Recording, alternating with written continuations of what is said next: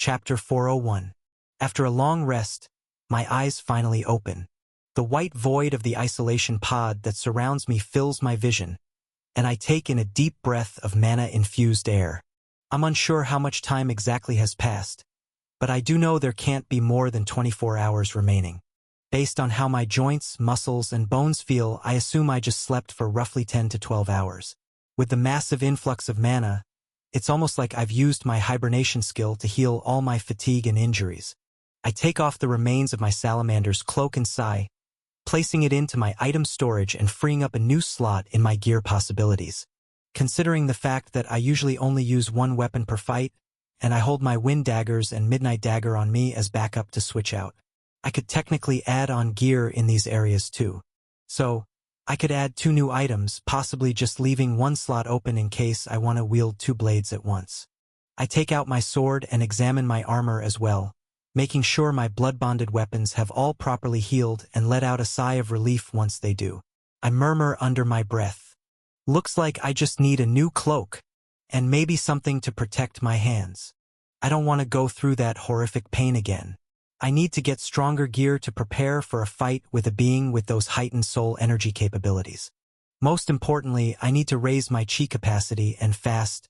With a sigh, I sit down in the lotus position inside the pod, and begin to tap into the same feeling Monk showed me when I practiced chi gathering in the monastery.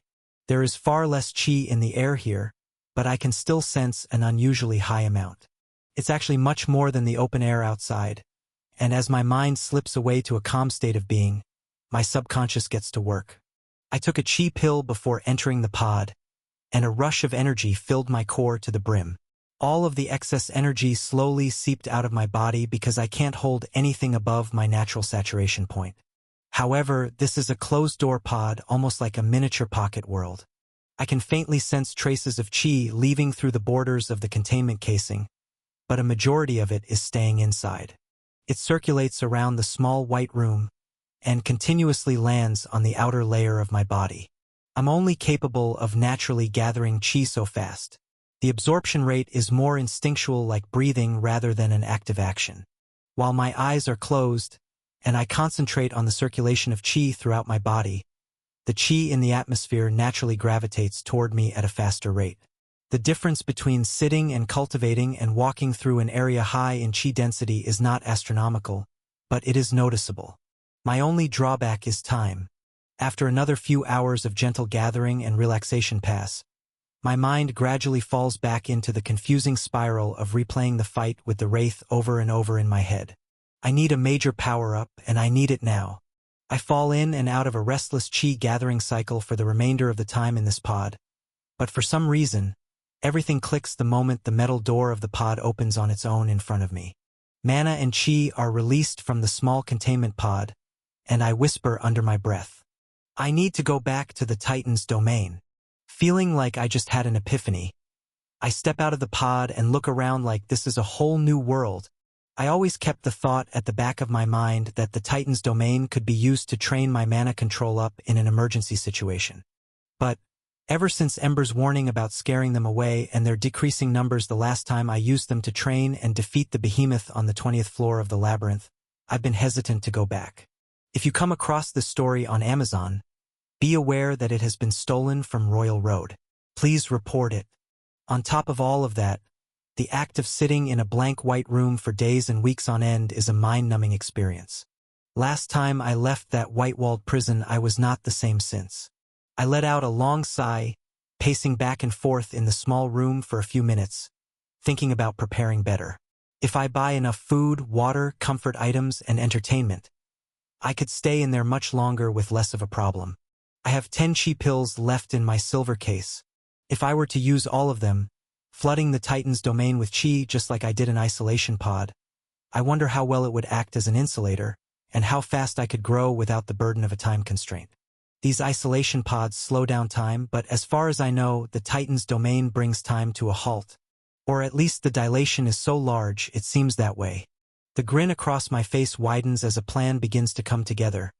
But my train of thought is momentarily broken when the blue light above the other pod at the back of the room opens and Lith walks out with his hands clasped and a very relaxed look on his face. I turn to see him, and his gaze becomes sharper and his relaxed face turns to a thin smile. Fancy seeing you here so bright and early. His eyes shift to the other pod on the side of the room that is still open, slowly leaking some mana from my session. Looks like you had a nice session as well. I nod, facing him with a more professional look, trying my best to keep my excitement of my recent potential discovery under control. He continues, walking over to the back of the room nearing the elevator.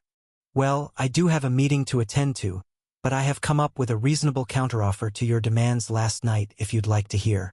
He turns to face me, and I give him a motion to carry on.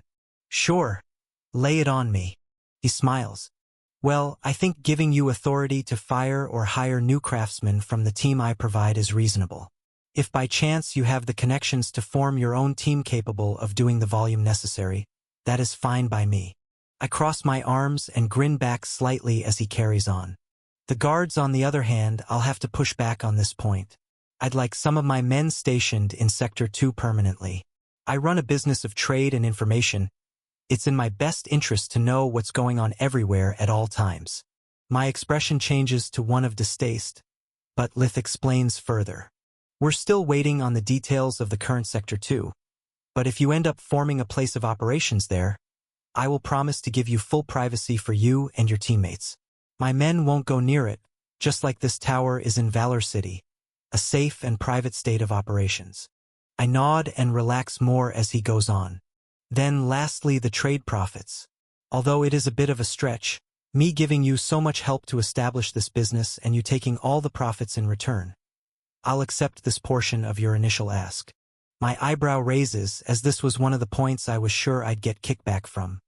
But, in return, I'd like to place orders for Sector 1 and only pay the amount that it costs for you to farm the materials and pay your workers.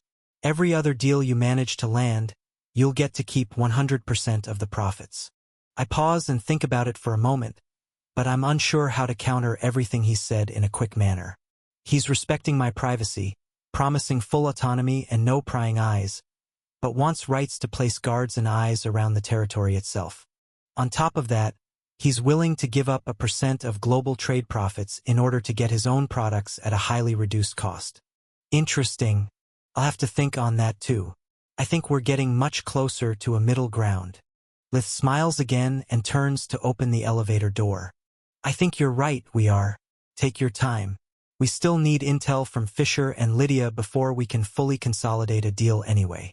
I'll be back in the tower in a few hours. Just ask my lobby men to ring me if you'd like to continue negotiations. Sounds good. He leaves through the white doors, and I'm left in silence as more mana pours out from the isolation pod I left open. I walk over and close it with a click, and the sound brings me right back to the state of mind I had before my surprise interaction with Lith. Even better. I'll have more time than I know what to do with to think about his offer later. For now, I have some tests to run.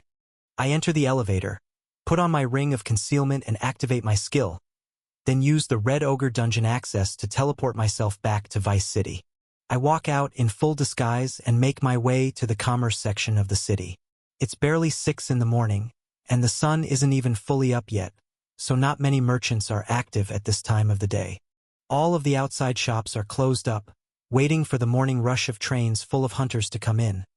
But there are a few large shopping marts with tired-looking workers manning the registers. I walk through a couple, stocking up on gallons of water and piles of food. Most of the night shift workers give me side eyes and odd looks, but none of them say a word as I leave them a full gold coin as payment and leave with 4 shopping carts full of food and water only to place them all into my item storage the moment I leave the store and get out of their sight. Next, I go to another 24-hour store filled with miscellaneous items. I manage to pick up a few sleeping bags, a blow-up mattress, pillows, some casual changes of clothes, and a few editions of the newest comics and novels I've yet to catch up on while traveling around the Dark Continent. Lastly, I find a camping section of the store with a portable bathroom and shower set. My eyes light up at the sight of these, and don't even mind the 2 gold price tag. Again, when leaving this store I get a few odd looks, and I even buy a premium C-grade item box from their magic item section to allow me to take the large overweight items with me. I doubt any of them would overthink it much if I just left without one, but it doesn't hurt to be extra careful. Once finally leaving the store, I just place the entire item box full of materials into my storage system for convenience. As the sun begins to come up, I activate my stealth skill and walk right past the E-class guards in the dungeon hub. I enter one of the low-grade dungeons moments later and dungeon walk directly to the Great Plains. Chapter 402. Activating my enemy detection skill, I scan the entire dungeon in search of the odd readings Titans give off. With my more recent mana control and skill upgrades, my skills nearly spread across the entire dungeon as I teleport around from all the old points I used to hunt here. Finally, a familiar 500-meter radius blank blotch of high-density mana comes into my mind's eye. There are only 2 of these blotches in the entire dungeon. Fewer than I hoped for, but one more than I need. Even with my legendary skill upgrade, for some reason, it still doesn't show me a clear image of these creatures. However, I teleport to the closest one nearby, and the sight of a 30-meter tall black outline of a Titan comes into view. They look exactly how I remember. A jet-black void of darkness with no defining features in the form of a massive long-limbed human. They walk slowly around these great plains looking for weaker beings to suck into their domains and steal their mana. Even portions of the dungeon landscape are sucked away. Staring up at it now, hearing the ominous buzz of mana, and watching it take slow footsteps toward me is not nearly as frightening as they used to be. It approaches me from across the rolling hills of a grassland plain, and I wait for a few seconds inspecting and appraising it but gather no new insight. It really is just a massive blob of walking mana. Well, it's now or never. I run forward and airstep closer to the creature. Without a hint of hesitation, I plunge headfirst into the dark void and the familiar sensation of falling takes over. I manage to bring myself upright and activate my wind magic before hitting the white floor of the rectangular white-walled trap set beneath me. Its ceiling closes the moment my feet touch the floor, and the low buzz of natural mana shielding fills my ears as I find myself back in the Titan's domain. It's a fairly large rectangle, big enough for me to run back and forth in like a small sports field. The ceiling is high enough to jump around a bit, and the 4 walls are far enough apart it isn't too cramped. But it's definitely a tight fit in here, especially if I'm going to be doing primarily training. I let out a sigh with my hands on my waist, then get to work. I have 3 major goals for this session. The first and most important one is increasing my chi capacity. Even now, I can sense very small trace amounts of chi in the air. Even in this very unique space, there's about 1/10 of the natural chi in the air that there is in the outside world. It makes me really wonder where chi comes from. It seems to be everywhere in trace amounts, no matter where I am, but doesn't interact with anything unless a user can guide it. This energy is very different than mana or demonic energy. The second thing on my list to do is raising my mana control. While I'm here, I'll have an unlimited amount of mana to plunder and train with. Focusing on my chi comes first, but I believe I can do both at once. Then lastly, the third goal for this training session is figuring out how to get out of the Titan's domain without the help of Ember's mythic grade plunderer skill. I can always ask him for help, but I want this to be a replicable process that I can do in front of my teammates without revealing my last and most important secret. Stolen novel. Please report. I smile, reaching into my storage and pulling out my sword, getting ready to face the back wall of the domain. Alright, this is a trial run. Let's see how much I have to grow before I can get out of here by myself. I charge up my blade to maximum strength, activate my buffs, get in a sturdy stance, and swing my blade with all my power to release a dense black wave of flames at the white wall. Unlike the times I previously tried cutting this wall down, my attack doesn't make much sound or give any reaction at all. It just slices through like butter. A massive gaping hole in the shielding before me is ripped open, and the black void is visible to all my senses. My attack makes it out the other side of the nearly endless void, and I watch an explosion of light as it bursts back into the outside world. It doesn't even seem that far. If my energy attack can burst through like that, why wouldn't I just be able to make it out if I tried? The thought of activating my extreme speed buff along with a few gusts of wind magic behind me to try following the path of my attack outside into the void crosses my mind, but I decide not to test this plan. I can think of more ways than one that theory would not work out well. Though, I do have one way back that's easier than all the rest. I pull out a transport crystal from my item storage and hold it in my open palm. If this works, I can bring Maria and Abby here right away and we can all start training. I concentrate and destroy the glistening stone in my left hand. The fragments of crystal rock fall to the white domain's floor, and I don't budge. Teleport magic activates, covering my full body, but as soon as the flash of light covers my vision, it dissipates just as quickly. I'm still standing in the Titan's domain with shattered crystal by my feet. Interesting. I remember my dungeon walker skill not working correctly in here either the last time I was trapped, and now this teleport crystal too. Well, the easy way out isn't going to work. I'll focus on goals 1 and 2 for now. Pulling everything non-perishable out of my item storage, I set up a nice living area on one side of the room and decide to do all of my training on the other. The slice in the walls mends itself in a matter of minutes while I sort through my gear. In my miscellaneous items pile with my comics and clothes, I bought a mana-imbued digital clock. 6:21. I take a look at it before I focus on my chi control. This time around in the Titan's domain, I'm going to keep close track of the time that goes by. Sitting at the far side of the room in the lotus position on a red-colored blanket with nothing but water bottles and a clock by my side, I take out one chi pill and swallow it whole, oversaturating my body's already full core. Closing my eyes and focusing only on the energy circulating through me, I constantly push waves of energy in a calming motion through my arms, legs, and torso. The excess chi from the pills leaks out and begins to fill the room. In just a few hours, I've completely expelled the excess chi and come back to my natural maximum saturation point. The excess energy in the air slowly flows around the contained room and starts to gather on my body at a much faster rate than it does outside. However, this is not enough. I swallow another pill and wait a few hours for its energy to flow through me fully too. The excess chi fills the room, making the air much denser with energy. Then again, after the third pill, I look at the clock and over 8 hours have passed. However, the entire room is filled with a much denser mist of chi. Every time the waves of it pass through me, more and more, sticks to my skin in trace amounts and is absorbed into my capacity.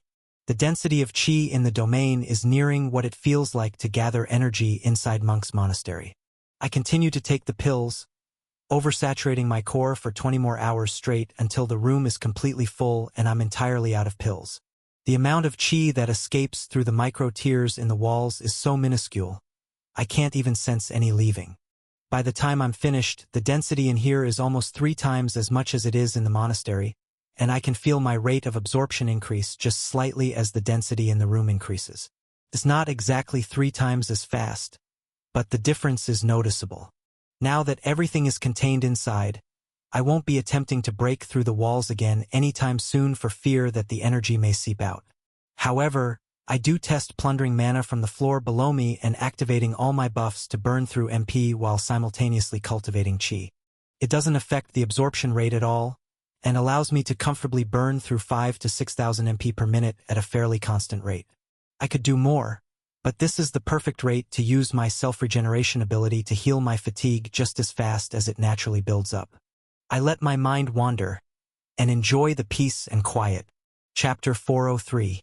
I don't get hungry or tired for another full day. Not doing overly strenuous activity along with my increased mana control base has made it much easier to go long stretches without these necessities. Other than a few small breaks to get up and stretch or drink water, I gather chi and train my mana control for an additional 24 hours. Over 15 million MP is absorbed over the 2 total days, and a good amount of chi has entered my core, raising my capacity. It's not visibly noticeable, but I feel as if I'm filled with slightly more energy. It may be just a placebo effect for the time being, but I'm excited to push the limits. With my stomach rumbling and a few yawns coming out of my mouth, I walk over to the opposite side of the domain and take a nice hot shower in the portable camper set using ice and fire magic summoning as to not waste too many resources. Once changed into a fresh pair of clothes, I reach into my storage to make myself a large meal. On top of that, I crack open a new edition of one of my favorite comics and sit back on an air mattress covered in blankets and pillows up against the mana shielding's white wall. I fall asleep and have a long and rejuvenating rest, then relax in the morning for a few hours as well before venturing back over to my cultivation area. Just existing in the dense, energy-filled environment naturally gathers qi, but when I sit down and concentrate, the absorption rate increases much faster. I get in the cycle of training 2 days on, 1 day off. The relaxation state of qi gathering puts me in a flow state, making time feel as though it doesn't go by.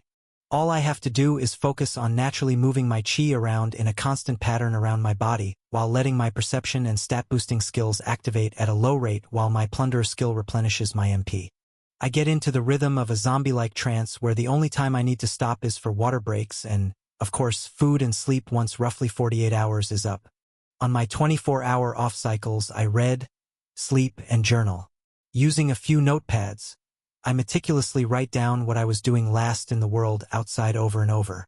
I repeat a few conversations and actions that have occurred over the last few weeks in a notebook just to make sure the memory of these events doesn't slip too far into the back of my mind. This is the error I made last time I used this domain to train. I didn't take into account that reality has come to a halt outside and wasn't well prepared to re-enter society. This time around, I'm covering all my bases. My schedule is very relaxed, and I grow more every day, making a tally on another separate page every time the clock hits midnight, signifying another day has passed. 10 cycles go by, meaning a full month passes, and a few huge changes start to occur. The narrative has been stolen. If detected on Amazon, report the infringement. The qi in the air noticeably lessens. Not because it's leaving the walls at a rapid rate, but because it's staying contained in my body. Before, I thought it might just be my mind playing tricks, but now, I'm certain that I feel at least a 10% increase in my qi capacity. My mana control increase is much more trackable.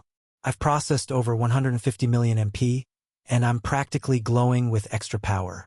It's not as fast as just killing high-level monsters and using my MCP absorption skill on them for maximum percent gains, but it is fairly efficient, and my control is raising without having to level up. As another 2 months pass, I get in the routine of doing push-ups, sprints, squats, and pull-ups with heavy stone-manifested weights and equipment. I'd like to keep my body in the state of being active even if I don't technically need it. This doesn't cut into much of my gathering time. I just add it into a few hours of my 24 hours off-time routine. More and more of the qi in the air begins to fade away during this time too. It's about half as dense in the air as when I started. My base raises from what I can tell, another 25% or so, making an educated assumption that I've gained over 1/3 of my initial base since I entered. My mana control, on the other hand, has raised by an even higher amount, roughly 500 million MP. The rate at which I'm fatigued lessens, and the efficiency that I can heal my fatigue increases. Since entering this session, my mana control has raised over double what it was when I began. I continue to train. All the stress and worry that has built up over the last few weeks and months in the outside world starts to dissipate too. The stronger I get, and the more time I have to formulate a plan for when I get out, the more relaxed, calm, and calculated my overall demeanor and outlook on my situation comes to be. Another 3 months in the domain pass before the qi circulating in the air has either been fully absorbed by me, or it seeps out through the walls of the domain very slowly. I gain roughly another 1/3 of my initial base. If the qi in the air stayed as dense as it did at the start, I would have been able to most likely absorb more in the time I was sitting in here. However, my mana control only continues to rise at a slow and steady exponential rate. I managed to burn through nearly 1 billion more MP. This over doubles my mana control base again, bringing me to a much higher level than when I entered, almost a 2.5x increase. Although I'm brimming with power, I haven't gotten to truly test things out. I stopped gathering qi in the middle of my session today and stand to my feet. The qi around me is less dense than the natural air in the outside world. I've hit the limit. It's time to break out of this place. I put the comics and novels I completed into my storage and let out a sigh looking at the ones I still have yet to catch up on. Most of the good food and miscellaneous items stay in my storage, but I decide to leave all the dirty laundry and used camping gear sets behind. It'll be easier to just buy these again rather than try to salvage them of any usable materials. Once holding everything I care to keep with me, I reach into my item storage and pull out my sword. Let's see how much I've grown. I charge up my blade with as much mana as possible, activate my skills, and get into the same powerful stance I did before entering this domain. Then, let a wave of dense black flames erupt from my sword. It's impressively larger, hotter, and denser than last time, tearing an enormous hole in the shielding wall that wraps upward to break part of the ceiling and downward, breaking the floor in sections too. It hits the back of the void in mere seconds, and a huge flash of white light shows that it's made it to the outside world. The rectangular room I stand in shakes, and my theory that Chi would escape through the open hole comes true as I watch some denser pockets drift out into the less dense atmosphere in the void. Chapter 404. Even with this powerful attack, in a matter of minutes, the massive tear in the shielded walls heals back to as good as new. I try using the same attack a few more times, tearing massive cracks in the rectangular prison that open the floor and sealing up to the black void surrounding me. Each time it soars through the darkness and makes it out, but nothing changes. The walls continuously heal on their own, and I'm left alone in the blank white room. Letting out a sigh, I whisper to myself, well, there's still one thing I can try. Facing the back wall of the room, I charge up my sword with mana and fire magic just like before. But before releasing the attack, I activate my Red Hydra's buff. A dense crimson aura forms around my mana blade, and once I release my attack from my sword, the impact makes the entire structure of the room I'm in shake multiple times more violently than before. It slices through, and the red aura that remains begins to eat away at the mana-imbued wall that it comes in contact with very quickly, burning it away like tissue paper to a hot flame. A flash of light tells me the brunt of the attack has hit the outside world through the void, but what fascinates me even more is the sight of the entire back wall of the room being completely destroyed. The red aura exhausts itself eventually, but it does some serious damage. I can't even see the corners of the room. It looks as if it was sliced off completely with a jagged blade. However, soon enough, the white mana-shielded wall begins to heal itself up. I let out a sigh, realizing the more I throw attacks at that wall, the more useless things may become. The only thing it will do is increase my fatigue from using the buff over and over, and possibly just destroy the entire room I'm standing in and leave me floating in the dark black void of energy all around me. I open my item storage and let Ember come out. If anyone has insight on my situation, it'd be him. As he flaps his wings once, then lands on the ground with a thud, he almost instantly curls into a comfortable-looking ball and looks at me with interested eyes. So you took my advice? I can tell you're a lot stronger. He looks around, pausing his gaze on the open wall that's slowly closing up still, then back to me holding a flaming sword. You need help getting out of here, don't you? He starts to chuckle as I nod and reply, well, yes, but I'd rather find a way to get out of here myself. I'd like to train with my teammates here, but don't want to expose you to any prying eyes. I have a feeling that would be problematic. This story has been stolen from Royal Road. If you read it on Amazon, please report it. Ember nods, returning his gaze to the wall as it fully heals up. Yes, anyone that has knowledge of the last war knowing of my existence may bring more problems than good for you if they knew of me. Even if you trust your teammates, I advise you to follow your gut and not tell a soul until you're much stronger.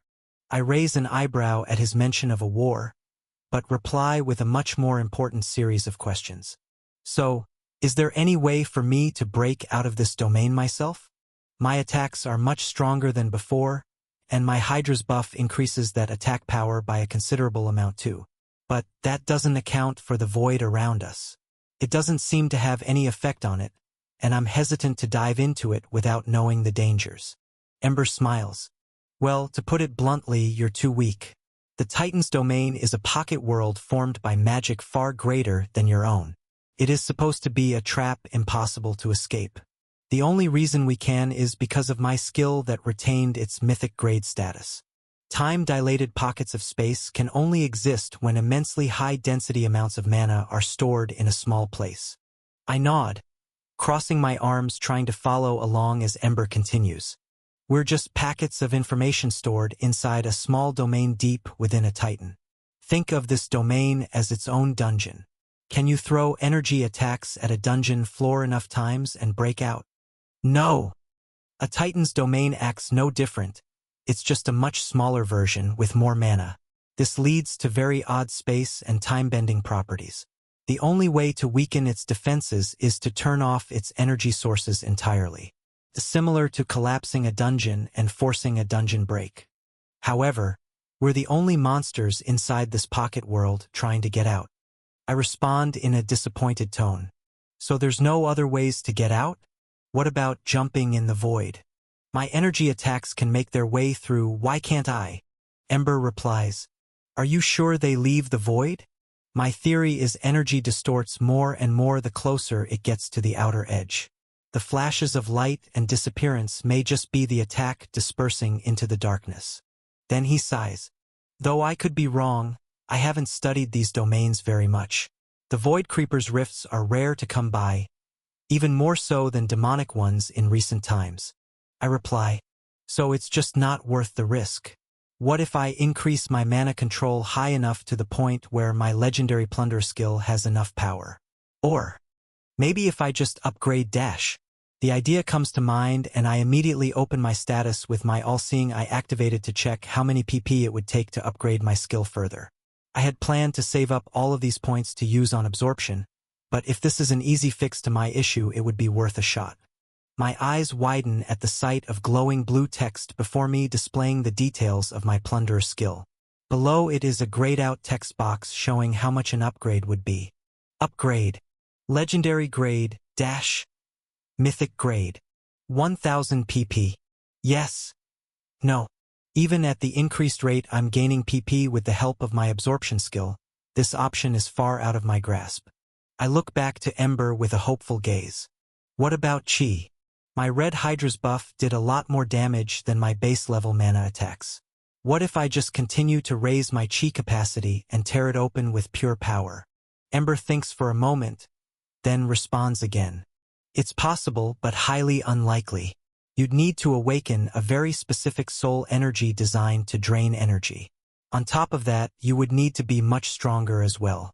My soul energy with the unique trait to cleanse may be able to deteriorate this realm if I tried, but it may be detrimental to my growth if I used that much of my inherited power from a past life in this weak of a form. Plundering the mana is our safest bet. I think to myself for a few seconds too, but Ember interjects again before I think of a response. Speaking of soul energy, how far have you come along? I can tell you've improved a lot. Are you able to manifest Chi outside your body yet? I turn to Ember with wide eyes. No, I don't think so. Well, I haven't tried. Chapter 405. Well then, try it. Let's see. You might as well give it a test run in here while I start the collapse and get us out. I look down at my sword, then back up to Ember. How? The dragon starts to pulse red, signifying the mythic grade plunder skill is activating. But he responds. You either know how to do it, or you need to continue working on raising your capacity. There's no special technique or secret. It just takes time to build upon your base. If you don't have control, you won't be able to manifest it outside your body. Ember closes his eyes and his body becomes completely engulfed in the red aura of his mythic grade plunder skill. His words echo through my mind before he closes his eyes and begins. Try it with your sword. It should feel like you're throwing a punch, but allowing the chi to flow out similar to how you release mana from your weapon. I've gotten a lot stronger since our last time collapsing a domain like this. It shouldn't take more than a few hours. So practice all you want. I'm sure that will be enough time to understand your natural limit. The floor beneath Ember begins to rattle slightly and a deep red-colored aura seeps out of him at a fairly quick rate. Looks like you really have gotten a lot stronger. I give a light smile, then turn to walk over to the opposite side of the room holding my sword. While Ember starts to take in all of the mana in the atmosphere, I concentrate hard on only my chi and let it flow through my sword just like I would in a normal fight. I haven't tried this in quite a while, and the nearly 70% increase in my capacity and the constant state of control I've been practicing while meditating over the last few months, it comes as second nature. Saturating my blade with chi up to its optimized potential is as easy as raising a hand to get ready to punch. I swing it through the air a few times, activating my swordsmanship skill to help practice a few foot movement patterns I learned from Monk, then stop with my blade pointed at the wall. I do feel quicker, and this is all much more crisp and natural, but manifesting chi outside my body. Where do I even start? I close my eyes and try to focus on the waves of white-hot energy circulating through the blood-bonded sword in my hands. In the same moment, I repeat the swings and foot patterns I used before, and increase the rate at which chi flows from my core into my sword. The speed and force of the flow begins to create a strong sensation like an ocean wave's current coming from deep within my body.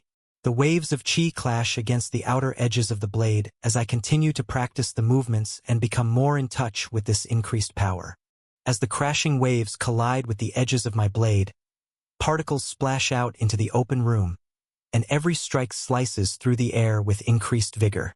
My attacks seem more deadly than ever, but I can't seem to get more than just a few microscopic particles of chi to drip out like condensation on a glass.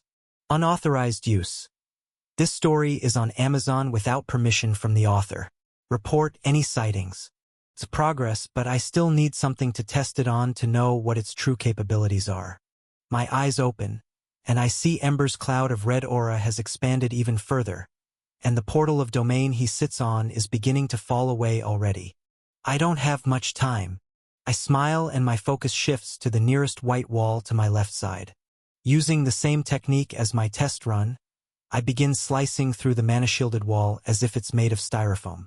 I'm not using any mana at all in my strikes. The only thing I'm doing is oversaturating my sword and allowing chi particles to be released at an even more rapid rate on impact.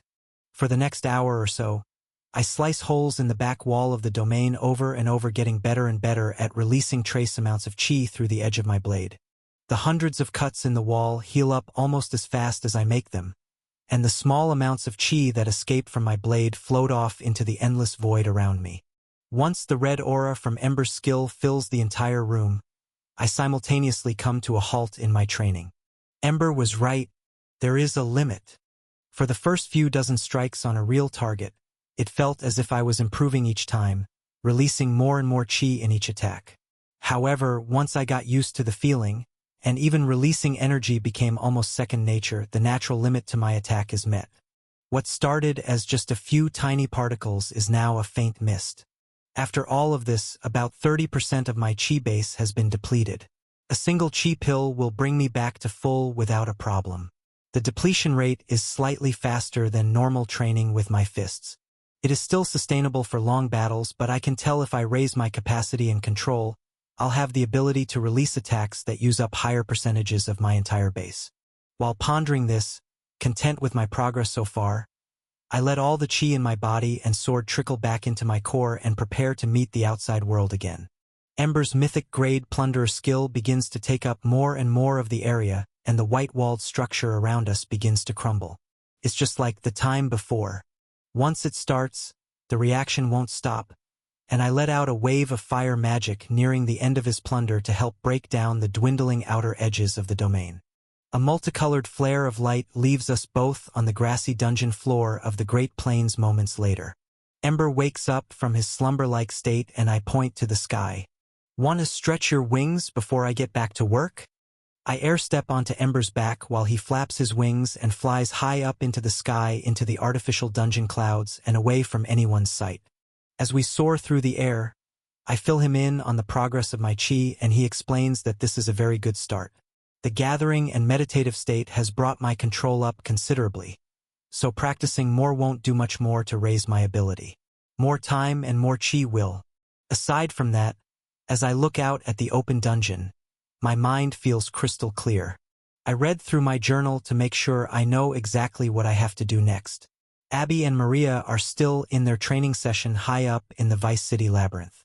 This was all 6 months ago in my time, but merely 4 hours ago in the real world before I entered the isolation pod in the Galeheart Tower. After their farming is done, I have to meet with Monk for a training session. I'm going to make sure to load up on chi pills when I do. Then lastly, I have a counteroffer for Lith that I'm sure he won't refuse. With sharp eyes, and a barely visible grin creeping across my lips, I speak out into the open air. I have some work to do. This will be quite fun. Usually, after a great awakening or rise in power, I see the world in a whole new light. The sun looks brighter, The trees look greener, people's smiles even seem wider, and it feels as though whispers of the universe have entered my mind. This time feels different. The world around me has not changed at all. It feels as if I'm looking out at a puzzle that is already solved. My mindset is exactly the same as it was when I entered the Titan's domain. The only difference is I know exactly what I have to do next. The situations I put myself in are very complicated. However, now that I've had enough time to think things through, it has all become very simple. Chapter 406. After about 30 minutes of soaring through the sky, we finally decide to come to the ground. I activate my enemy detection skill to scope out the dungeon and thankfully pick up on the other Titans reading at the far back point of the Great Plains. I think to myself it would probably be best not to mess with it. Destroying the one I just left is enough to frighten them already. I dungeon walk to a lower level E-class dungeon and use the exit portal while putting my ring of concealment on and activating my own conceal skill. I step out and make my way through the underground dungeon hub's pathways before making my way to the surface and taking in a few deep breaths of fresh air, along with letting the morning sun hit my skin. However, the sun is higher up from the horizon than I remember leaving it. I specifically wrote down in a journal that the starting time of my training session was 6:11. As I walk by a clock on a nearby shop, I see 7:17 in bold black digital lettering. I'm positive I spent no more than half an hour in the sky with Ember, and hardly wasted any time getting up to the surface. If my guess is correct, it seems another 30 minutes went by in the world outside. Time doesn't come to a full halt. It's just incredibly slow. I nod, coming to terms with it and ducking into an alley before activating stealth and walk even further away before crushing one of the transport crystals in my hand. Once I make it to the Galeheart Tower, a glint of fear shows in the two lobbymen's eyes as I appear, but thanks to my new increase in mana control, it's become even easier to suppress my intimidation skill's passive trait. The veil of mana shielding I keep around my body at all times is thinner and denser than the one I used before, allowing even level 1 hunters to walk by me as if I'm a normal person. This comes as natural to me as walking, and is just a perk I picked up while using my buffs at a constant rate for so long. I walk up to the two men with a smile. I'll be out for a while. If the two women I usually come with teleport in before I leave, could you please tell them I'll meet them at our usual training spot? I have a few errands to run. They both nod willingly, and I waste no time in using the teleport platform to take the usual route back to town to re-enter the city walls like a normal citizen would. Once I re-enter, I load up my wristband with 40 platinum bars. This leaves 350 remaining in my item storage. Even this early in the morning, there are some wandering eyes, and even the two guards outside are pretty surprised at such a high balance for a random visitor they have never seen before, but they don't bother to ask questions. This narrative has been purloined without the author's approval. Report any appearances on Amazon. This is one of my favorite things about Valor City. Once I make it inside, I immediately make my way to the Gold District and start window shopping. With golden entrances to dozens of shops, all sporting high ceilings and display cases full of glimmering gems and hunter's gear. This portion of the city certainly knows how to put on a show. Every wall is decked with paintings and hand-sculpted artwork, setting the tone for a specific type of customer. The top items on the main display cases were far too pricey when I first entered this city, but now seem like they're almost free with the budget I'm working with. However, I'm not here to clear out every store. The real reason I'm shopping right now is to buy 2 items good enough to fill up my free slots.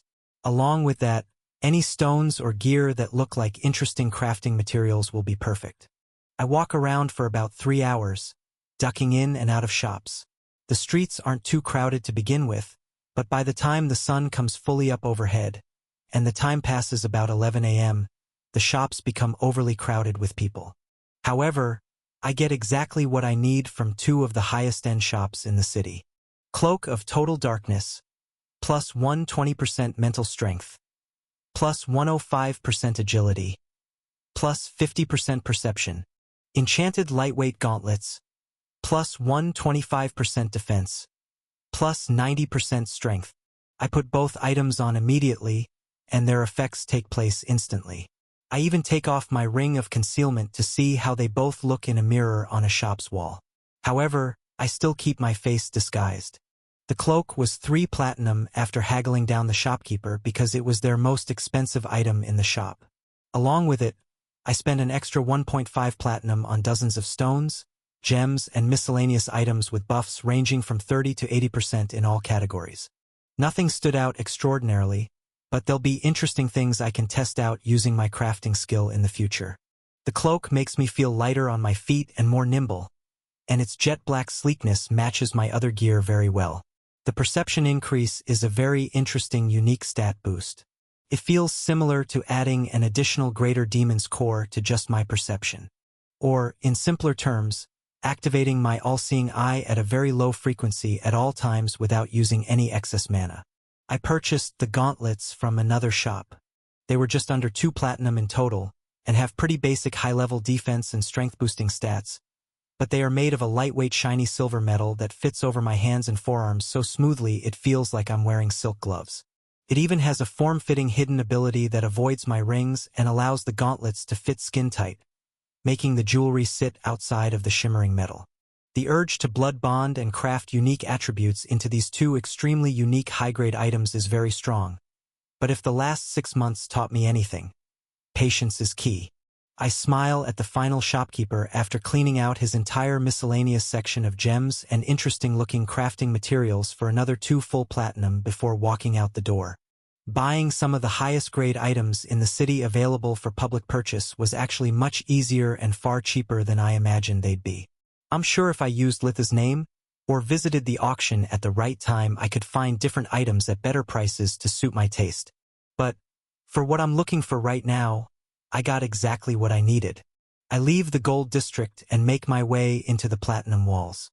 In a matter of minutes, I made my way through the towering skyscrapers and finally find myself near the black stone pyramid.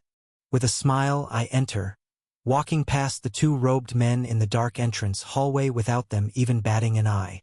Surprisingly, Monk didn't immediately come out to greet me this time. However, he did say to come by the monastery anytime I'd like. I place my hand on the back wall and channel a small amount of chi into my palm without thinking much of it. The door glows much brighter white than it ever did previously, but opens in the same manner. I walk through and make my way down the spiral steps to the main dining hall. Chapter 407. Once I make my way down the steps of the monastery into the main hall, it seems very quiet and much more empty than usual. There are a few people dressed in the familiar orange robes walking around, and some eating meals at the tables, but very few.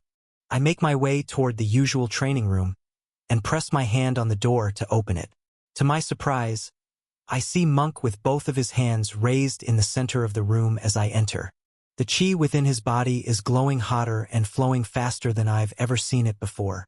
Small particles even drip out like a light mist from his fists and create a visible white glow around his forearms and fingers. The moment our eyes make contact, however, the glow ceases and he drops his battle stance while greeting me with a sigh of relief. I didn't recognize your aura. You've changed a lot. As the door closes behind me, I cross my arms and walk over to the table at the back of the room. I reply in a nonchalant manner. Well, nice to see you too. I tried out some unorthodox training methods. While taking off my useless gear in this mana-negating room, Monk continues to stare at me and responds. How? You raised your cultivation base this drastically in just 24 hours. I turn, once taking off the final gauntlet, facing him in just my casual workout wear. If you have more of those chi pills I can use, I may be able to tell you. I need to do some tests. Until they're done, unfortunately, I need to keep my method a secret. He walks over to the opposite side of the table at the back of the room, then turns and starts sifting through one of the crates with gear in it before taking out a small black box. Once opened up, the bright glow of chi pours out, and he tosses me another pill. That is fine. I'll fund your research if you really believe my disciples and I can replicate it too. Let's spar and see what you can do before I give you any more of these. We may have a lot stocked up, but it is still a finite resource. I catch it and swallow it instantly, bringing my base back up to full, and Monk's eyes widen even more when he sees my true capacity. I respond while raising my hands and channeling chi into them. Sure, let's spar. For the next few minutes, Monk and I increase our ability level bit by bit as we normally do in sparring sessions. Starting off slow, then continuously testing each other's strengths.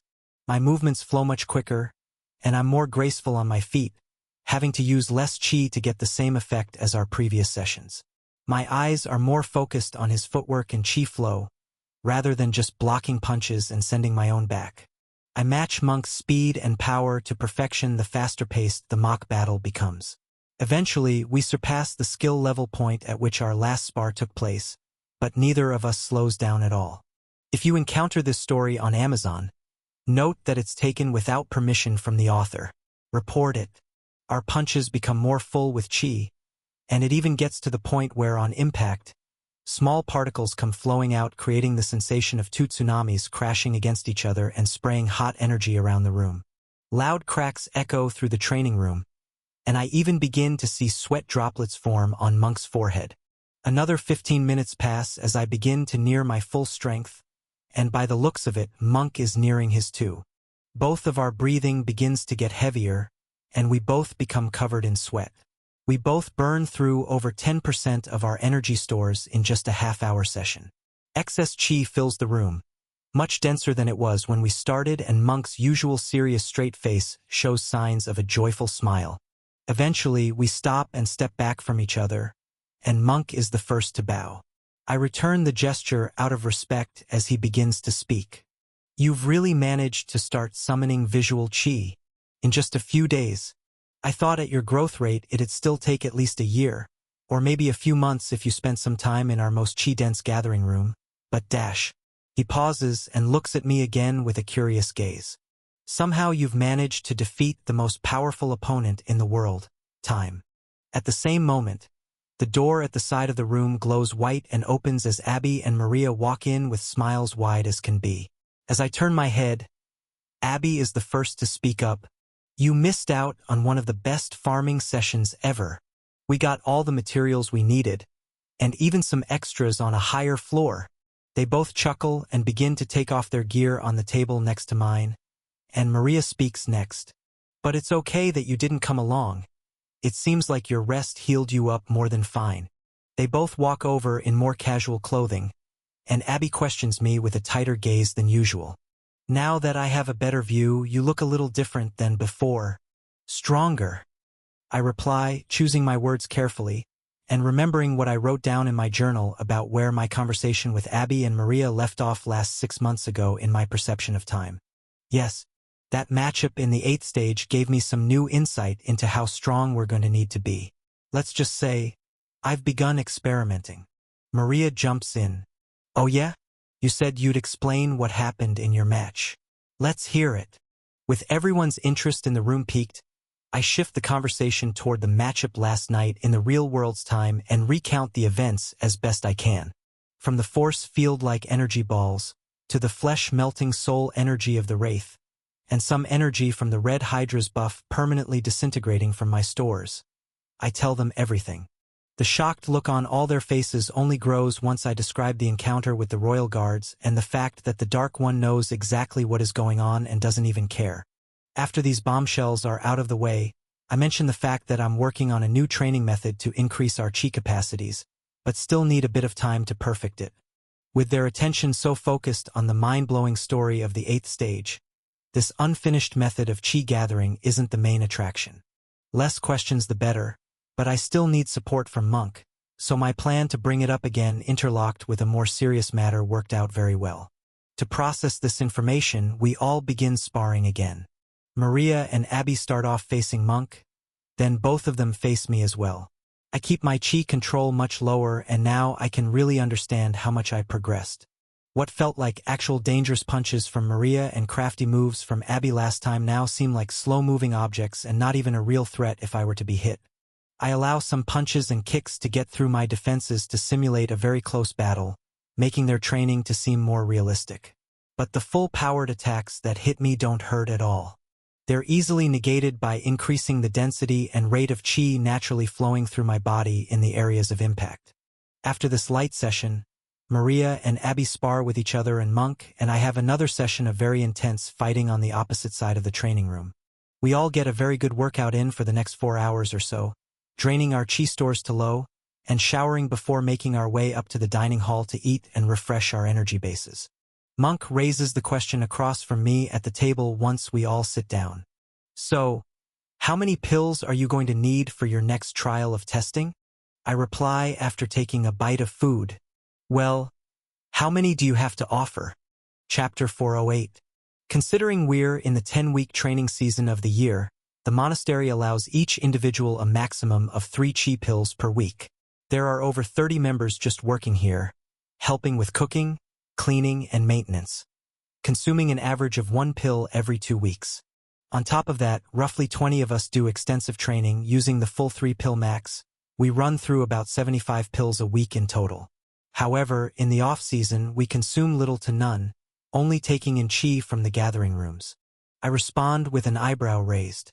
Oh, so you go through hundreds without much issue on draining your supply? Yes and no. This is only in response to the Dark One's recent changes to the city. There are some exceptions like me. I bring in most of our income, so I'm allowed to restore my chi before tournament battles. Plus, some of us sent out on missions away from the city take larger portions of pills along.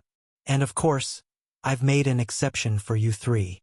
Monk bows his head at each of us before continuing. We would be rationing our supply much more heavily if there was no immediate threat. There is only so much stored up in the supply chamber, and we run through them faster than they can be created. We have to think of our future at all times. I nod slowly. But if I helped rid you of this impending threat, cutting into a chunk of your supply wouldn't be the end of the world. Let me do a test with a 2-week supply, 150 pills. It won't go to waste. Staring forward with a confident expression, I eagerly await Monk's response. Considering his explanation of their pill usage, this whole monastery uses up 750 total pills in their training season, and most likely not much more than 1,000 in a given year. I know 150 may be a lot to gift to a random person who showed up this week, but going back into that Titan's domain just to raise my base by 10 pills worth of chi doesn't seem worth another 6 months of perceived time. Monk responds with little to no hesitation in his voice. This is fine. It seems like a good investment. I'll retrieve them after our meal. Then he takes another bite as I grin. Excellent. That was easy. Our meal finishes, and the conversation is mostly a few questions about what my chi gathering technique is, but I deflect it multiple times to say it's a work in progress before the topic switches to the items Maria and Abby farmed and both of their advancements to level 645. Once Monk gets up to retrieve the pills, Maria turns to me and speaks in a low tone so no one can hear.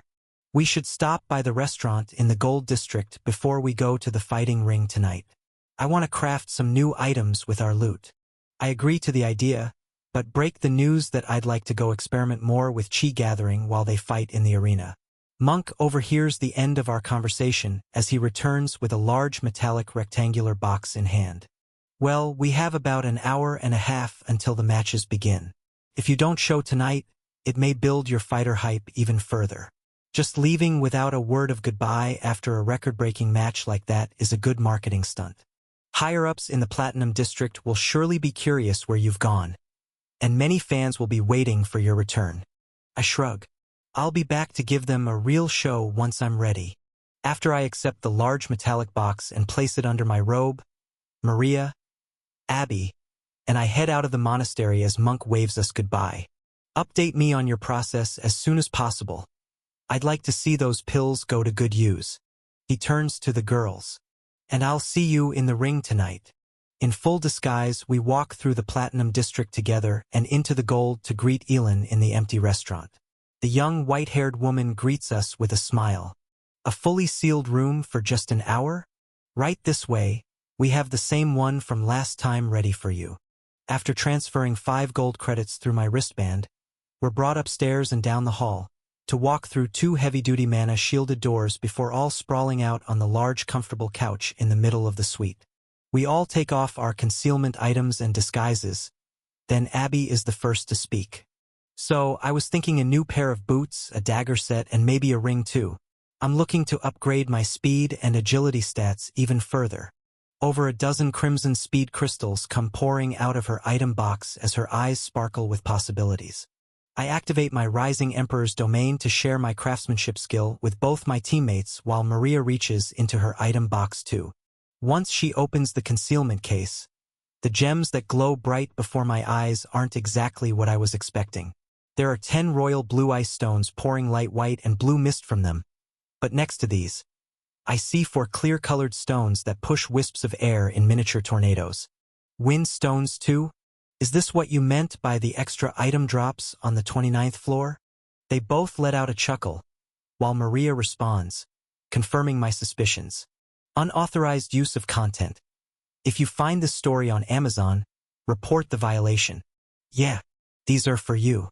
I know your dagger set could use them. There are these giant white bird creatures with intense wind magic on the 29th floor. They're really strong, but Abby and I managed to kill a few. Their element stone drop rate is very high, close to 20%. My eyes widen as I accept the 4 stones. Then her the leftover ice stones in my item storage I was holding prior and think of the possibilities of a drop rate that high with these new wind stones. While I do, each of their blue status windows pop up as they scroll through the crafting options on their new borrowed mythic grade skill. I begin taking out some of the items from my storage and look at what new upgrades I can do to my gear too. I tell Abby and Maria to feel free to use any of the miscellaneous items I purchased from the shops if it helps with their crafts. We get to work. I merge 3 of the element stones into my dagger set, and their buffs raise drastically. The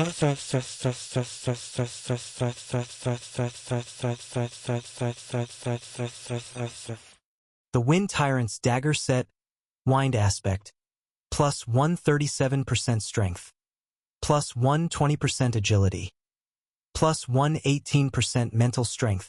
The Wind Tyrant's dagger set, advanced wind aspect, plus 159% strength, plus 141% agility, plus 140% mental strength, plus 120% speed, plus 120% defense.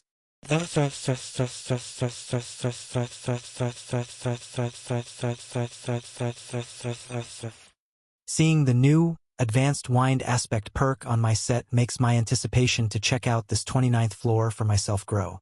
I'll finally be able to upgrade my own wind summoning skill.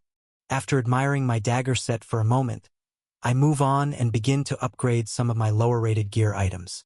Their stats can easily rival my newer gear by imbuing them with the buffing stones I bought in the market earlier, along with attempting to imbue skills into gear too. I imbue a few defense items into the Behemoth's Platinum Amulet as well as my Berserker skill.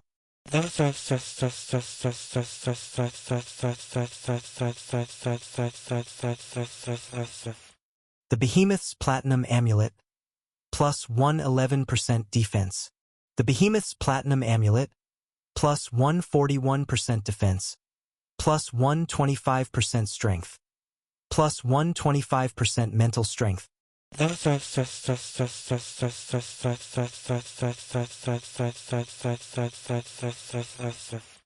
I imbue a few defense items into the Platinum Ring of the Blue Ogre King as well as my Bloodlust skill.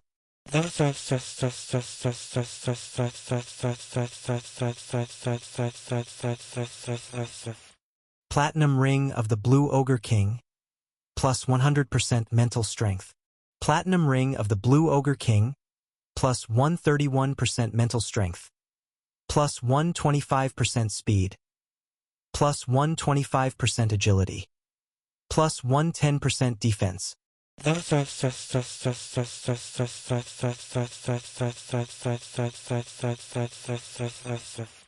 Next, I turn to my new pair of gauntlets and decide not to imbue any items into them just yet.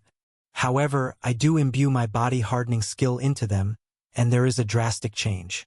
They become much shinier and harder to the touch. Some stats boost as well. The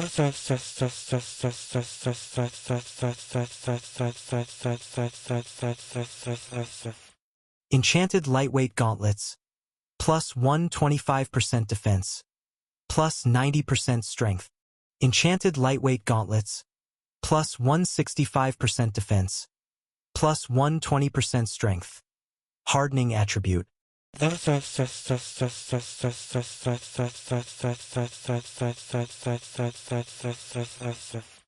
Then lastly, I look down at my cloak and take out the item I've been most curious about since I got it. Wraith's Essence Stone. Plus 155% mental strength. Hidden passive ability. I merge this clear marble with swirling black energy inside it with Cloak of Total Darkness. Plus 120% mental strength. Plus 105% agility. Plus 50% perception. Then imbue my conceal skill. The result looks and feels eerily familiar to the veil of manifested darkness that was around the wraith I fought in my 8th stage match. However, I'm in full control, and it feels like pure power is swirling around me. My cloak is made of dark black, dense energy that flutters in the wind, but there isn't even a breeze in the room.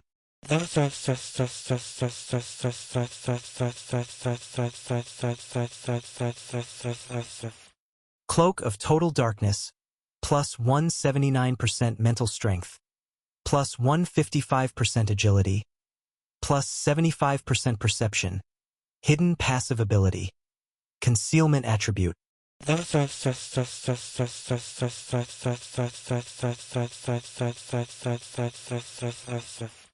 At just the thought of it, I activate the concealment attribute, and the cloak shifts into the form it was before I merged it with the Wraith's Essence Stone. Then, I think of a different outfit and it switches instantly, looking just like the red cloak that burned up in my match. Finally, my cloak engulfs my whole body and shapeshifts into the suit and business where that my concealment ring used to create. I release the skill and let it fall back to its original dark black flowing form and can't help but grin. Now that's a serious piece of gear. Abby and Maria stopped what they were doing moments ago and already watched my entire shape-shifting performance, but I was too mesmerized in my crafts to care that they were watching. Maria walks over with a bright blue armor set in hand, also gripping a glistening white sword, and some blood dripping from her hands showing that she must have made some blood bonds with her gear. All set. My ice magic is going to be unstoppable with gear like this. I nod with a smile, seeing stats on some of her gear surpass plus 150% buffs. Very nice. Abby has 2 black blood-bonded daggers of her own in her hands, imbued with her own earth magic skill. The boots she was already wearing now are maxed out with Crimson Speed crystal imbuement. And sitting on a nearby table, there are 3 HP potions that glow much brighter green than anything I've ever seen before. While using my appraisal skill, I see what they say but do a double take to make sure. Full Restore Potion. Full Restore Potion. Full Restore Potion. She speaks up when she sees me looking at her creations. Oh yeah, I made those out of curiosity. I just imbued my Restore skill into a normal HP potion. I'm not sure how well they actually work, or how potent they are, but I can only assume it's nothing like normal healing potions. I nod while walking closer, attempting to examine the items with my all-seeing eye. However, nothing other than the Restore skill will be activated on the user if this potion is consumed, shows up. Abby gives me 2 to test out in training, then hands the other to Maria to keep on hand in case of an emergency. I thank her, placing it in my storage, very eager to try it out too, but see a portion of my crafting skills description while my all-seeing eye is still activated and can't help but continue to read it. The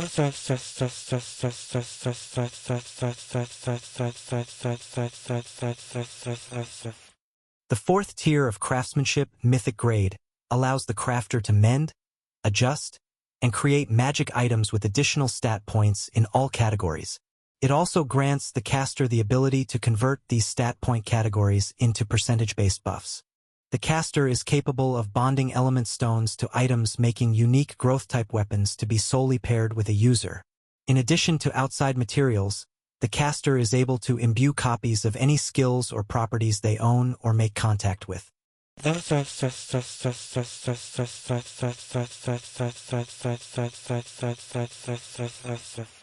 I read the last 3 words of this description over and over to make sure I'm seeing things correctly. The potential to use another Mythic Grade skill in a very creative way crosses my mind.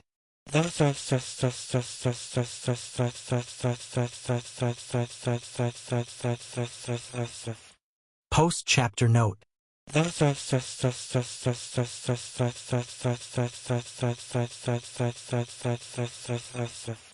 Updated inventory.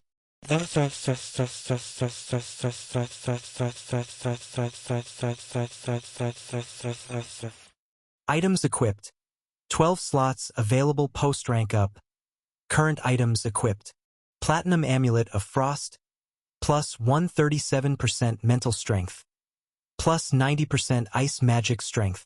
The Behemoth's Platinum Amulet, plus 141% defense, plus 125% strength, plus 125% mental strength. Enchanted Boots of Extreme Speed, plus 152% speed. Enchanted Ice Serpent's Pendant, plus 110% agility, plus 75% magic resistance, plus 95% ice magic resistance. Platinum Ring of the Blue Ogre King, plus 131% mental strength, plus 125% speed, plus 125% agility, plus 110% defense. The Flame Emperor's Sword, Advanced Fire Aspect, plus 205% strength, plus 166% mental strength, plus 109% defense, plus 110% speed, plus 111% agility. Berserker King's Armor Set, Blood Bonded, plus 148% defense. Cloak of Total Darkness, plus 179% mental strength, plus 155% agility, plus 75% perception. Hidden Passive Ability. Concealment Attribute. Enchanted Lightweight Gauntlets, plus 165% defense, plus 120% strength. Hardening Attribute. Greater Demon's Core, plus 50% all stats. Archdemon's Core, plus 100% all stats. Final slot, 12th. Frowny Face Interchangeable. The Wind Tyrant's Dagger Set, Advanced Wind Aspect, plus 159% strength, plus 141% agility, plus 140% mental strength, plus 120% speed, plus 120% defense. Midnight Dagger. Chapter 409. I turned to Abby. Hey, can I try something? I want to test one of the perks of my craftsmanship skill. She nods as I reach into my item storage and pull out an old C-grade HP potion of my own. I take off my gauntlets, then place a hand on her shoulder.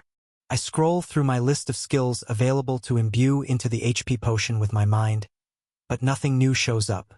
With a look of dissatisfaction on my face, I move my hand down and eventually hit her smooth skin right below her shirt line. The moment the warm sensation hits my fingertips, a new blue text box fills my vision. Restore, Legendary Grade. I immediately choose it and a white light flashes in my opposite hand, transforming the HP potion into the same full restore potion that Abby made moments ago. I release contact and hold the glass bottle glowing with bright green liquid in both hands. My appraisal skill proves it worked. Full restore potion. Now I'm onto something. I toss the glass bottle up and down in my hand a few times before Abby replies. So it worked. I nod in response. Yeah, looks like it worked. I'll try out these potions if I get the chance. I'm curious what they can do too. We relax and chill around the hotel suite for another 15 minutes or so. Abby and Maria upgrade and imbue some of their other gear and armor with my stat-enhancing buffs like Extreme Speed, Bloodlust, and Berserker.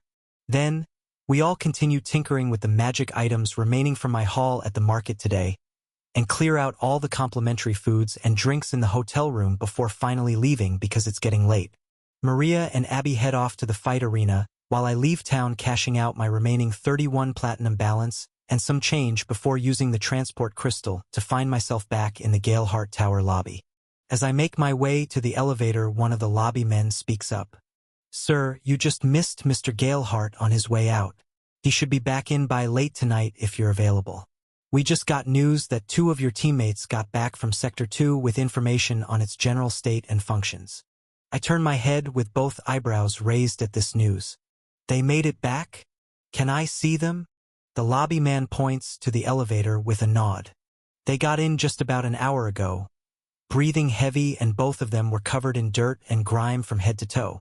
It looked like they hadn't slept in days and just left a long battle. He pauses for a second, and I look at him with a confused gaze before he continues. Last I heard, they went to clean up in the lounge area and use the isolation pods. I'm not sure how long they went in for. However, I do know Mr. Galehart wanted them to attend whatever meeting you are having with him tonight. I nod, thanking the man and pondering all the possibilities of what could really be in Sector 2, and how this could derail the conditions I already planned to lay out to Lith in our meeting. Fisher and Lydia were gone for well over a week. Whatever they were doing must have been extensive. Once I board the elevator and check on the isolation pod room to see 2 of the pods glowing bright with text above both of them. 5 hours, 14 minutes, and 39 seconds. 5 hours, 13 minutes, and 20 seconds. I whisper under my breath, staring forward. 5 more hours, huh? That should be more than enough time. I wonder what you 2 found in Sector 2. With a shrug, I turn back around and walk into the elevator, taking it down to the dungeon access room and hopping into the Red Ogre dungeon. I immediately dungeon walk back into the Vice City Labyrinth's 28th floor and defeat the Crimson Speed Demon boss without breaking a sweat. Even the base-level monsters in this dungeon were pretty quick the last time I fought them, but with all my new gear upgrades, and mana control far over double what it was the last time I faced this floor, these creatures are nowhere near my level. They feel as if they're the same low-level mobs of non-ranked up creatures. It's hard to even tell the difference. I'm spawned into the 29th floor and start exploring the mountainous forest region with thick dark green lush trees. Just as Maria said, a white bird with sharp focused eyes and a wingspan over 7 meters wide comes dive-bombing in to attack me. If you spot this story on Amazon, know that it has been stolen. Report the violation. It looks like an overgrown hawk, bleached pearly white, blending in with the artificial sun's light rays as it comes closer to the ground where I stand. Extremely visible wisps of advanced wind magic trail its flight path, but I swing my sword upward filled with chi and easily slice it in 2 without activating any of my stat-enhancing buffs. Use absorption. Skill. Combat magic. Wind summoning. Upgrade advanced grade. Yes. No. I accept the skill upgrade and push myself off the ground into the sky using a massive gust of new and improved wind magic. The ground below my feet is ripped to shreds by its powerful gusts, and I'm propelled into the air over 10 times faster and more efficiently than I did the last time I used my wind magic. It's hard to tell if it's mostly from my mana control increase or my skill upgrade, but it's clear to say I've gotten immensely stronger. With a single wind-powered kick, I change direction and start soaring through the dungeon's clear blue skies to slice through another dozen white-winged birds. Just as my teammates said, 2 of them drop windstones, making me a tad unlucky for the 20% drop rate that was promised, but I did gain 1 level in the process. Level up. This brings me to level 645. After the leveling notification rings in my head, and I throw the loot into my item storage, I stop and look around the 29th floor before letting out a sigh. Alright, that was fun, but staying here any longer is not a good use of my time. I teleport back to the Great Plains dungeon, high up above the cloud line to a teleport point I set while Ember was flying up in the sky. Using a few air steps to hover in place, I open up my storage and let Ember fly out too. He flaps his wings and begins to glide while looking around. Back so soon? What's on the agenda today? You don't seem any stronger, but I like the new cloak. It has an interesting aura. Thanks, I just made it. Today we're going to run a few tests. I do a scan of the dungeon with my perception skills to find only 1 blotch on my radar. I dungeon walk both of us closer, and point in the direction of the back of the dungeon as Ember flies us closer. Once in range, the slowly moving mass of black energy wanders around the back of the dungeon, further than I've ever traveled in the Great Plains before. Ember speaks up as we approach. The rift is coming up, less than a kilometer in. We should probably get to work before it closes. I can sense it's a lot more unstable than the last time I checked on it. I respond as we soar over the Titan so high in the air we're undetected. When was the last time you checked? How do you know the rift is unstable? With a flap of his wings, we begin to descend. Last time I checked was when you needed me to farm strengthening fragments for that association quest. So, before you even left for the Dark Continent. I nod, thinking back to then as he continues. There were sometimes close to a dozen void creepers wandering these great plains at a time back then. We really overhunted them. The fact that there's only one left in the entire dungeon means they'll surely be moving their rift point soon. The rift Ember was talking about comes into view. It's eerily similar to the demonic rift I challenged not too long ago. A large tear in space, making an elongated diamond shape, raised a few centimeters off the ground.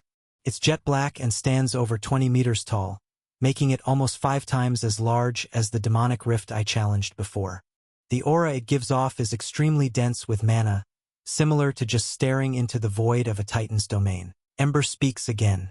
Believe it or not, void creepers' rifts are usually even bigger than this. I can tell it's been shrinking slowly for weeks. I turn around in the direction of the wandering Titan, then back to Ember. So, if we were to defeat that one, would that be it? The last one? Ember stares into the void for a moment before responding. Maybe. Another few may still spawn, but we're getting to the end of the rope here. It wouldn't hurt to treat that one as your last chance in this spot. Rifts are very different than dungeons. There's never a guarantee that they'll be where you left them if you don't have a rift key. I raise an eyebrow. Like the one I got from the demonic rift? What do you mean? How are they different than dungeons? Sure, similar to the key you obtained from that demonic trial. Rifts are like stepping stones between worlds. Dungeons, on the other hand, are self-contained pocket worlds that have specific rules and need a predetermined amount of energy to maintain their form. I nod, thinking to myself. So what you're saying is that rift leads to another world? Of course, so did the demonic rift you traveled through last time. We were fighting a trial set up in the demonic realm, or better known as the world of demons. Humans and demons have similar anatomy and biological needs, so it is a happy coincidence our species can survive on each other's worlds. The Void Creeper's home world, on the other hand, is not inhabitable by humans, so I would not recommend we go through for any reason.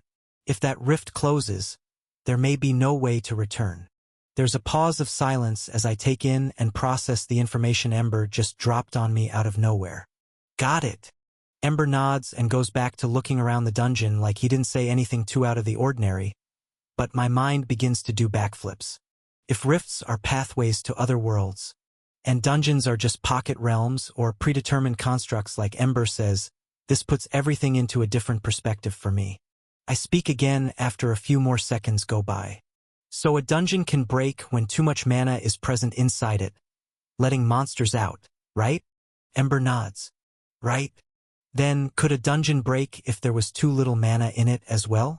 You often mention you could collapse a dungeon or entire labyrinths by plundering its mana. Is that similar to what you do when collapsing a Titan's domain? Ember grins and nods again. Yes, very similar.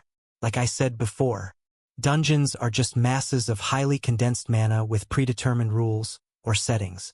When portions of a dungeon are destroyed, they always heal back up if you give them enough time. I remember all the tests I did in the Vice City Labyrinth dungeons when Fisher was training me, testing this theory for myself. Ember continues. So, if the predetermined energy levels of a dungeon get too high, it will break and spill out monsters made of mana. If it gets too low, it may downgrade to a lower-level dungeon. However, if the mana content gets drained too quickly, it may collapse and disperse into the atmosphere like it was never there to begin with. I whisper under my breath. So a dungeon and the Titan's domain work in very similar ways. Ember nods as he sees a spark of creativity flaring up in my eyes. Sure, they have similar structural qualities. Good. I take off my right gauntlet and place my bare hand on Ember's smooth black scales while Air stepping up to sit on his back. Let's move away from this rift. He flaps his wings and we make our way up into the sky as I begin taking random items out from my item storage and activate my crafting skill.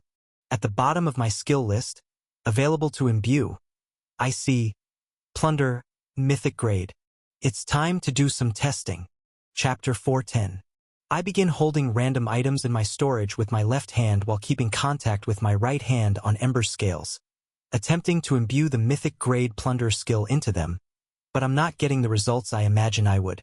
Some of my failed crafts sit on my lap as I appraise them and use my all-seeing eye to check their abilities.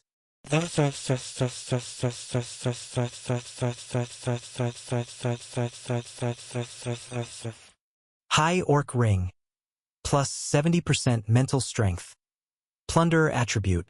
All enemies below the user's mana control rating will lose 5% of their MP every time the caster makes contact with the target. The caster will gain 100% of their lost MP.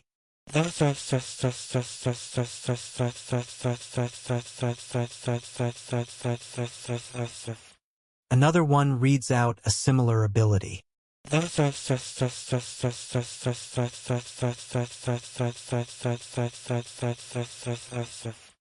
Enchanted Dagger Set. Plus 80% agility. Plus 65% speed. Plunderer attribute. All enemies will lose 1% of their MP no matter the mana control difference each time they have blood drawn by this dagger. The caster will gain 100% of their lost MP.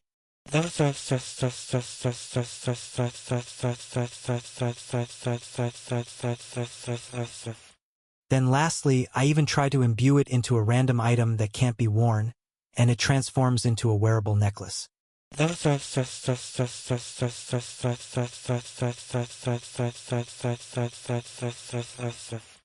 Enchanted Lizardman's Claw Pendant.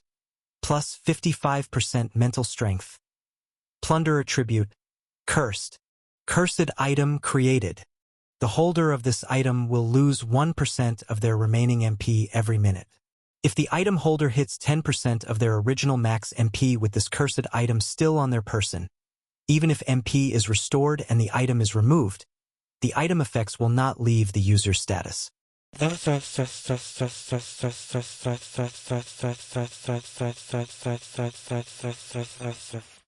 I hold the green claw in my hand, examining it closely and feel a trace amount of my mana seep through my fingertips into the item.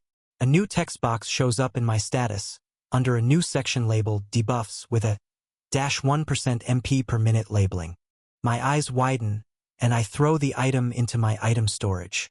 The debuff disappears and no more mana drains from me. I let out a relieved sigh and can't help but to smile inwardly as I continue sifting through items to try.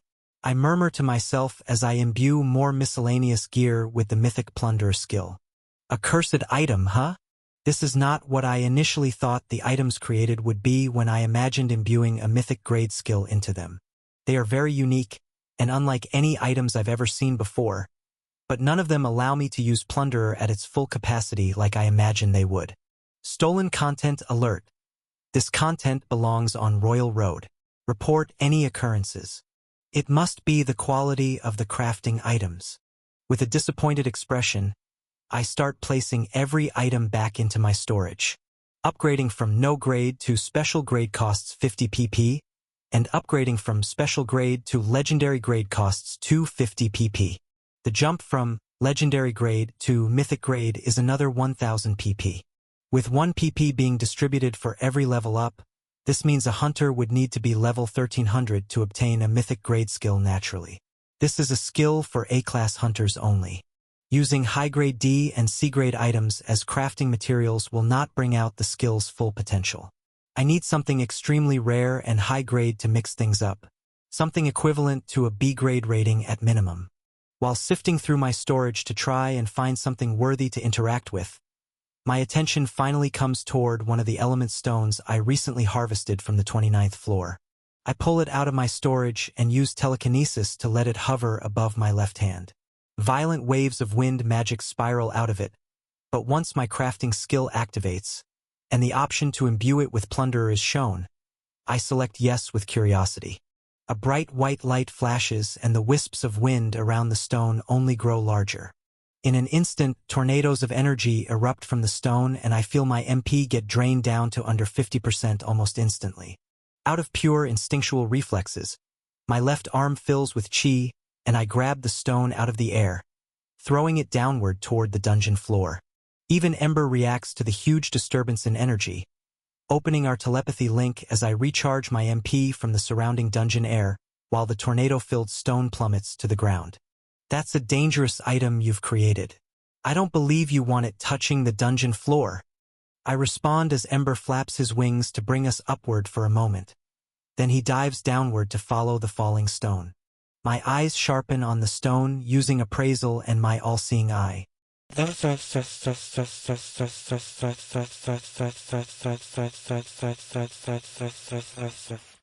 Advanced Wind Element Stone. Plunder Attribute. Cursed. Cursed item created. This element stone has the fighting spirit of its past life monster to guide its actions. It will plunder mana from its surroundings at an exponential rate. If the influx of mana from its environment ceases to please its needs, or the item's maximum storage capacity is met before all mana in the surrounding area is consumed, this item's structural integrity will collapse.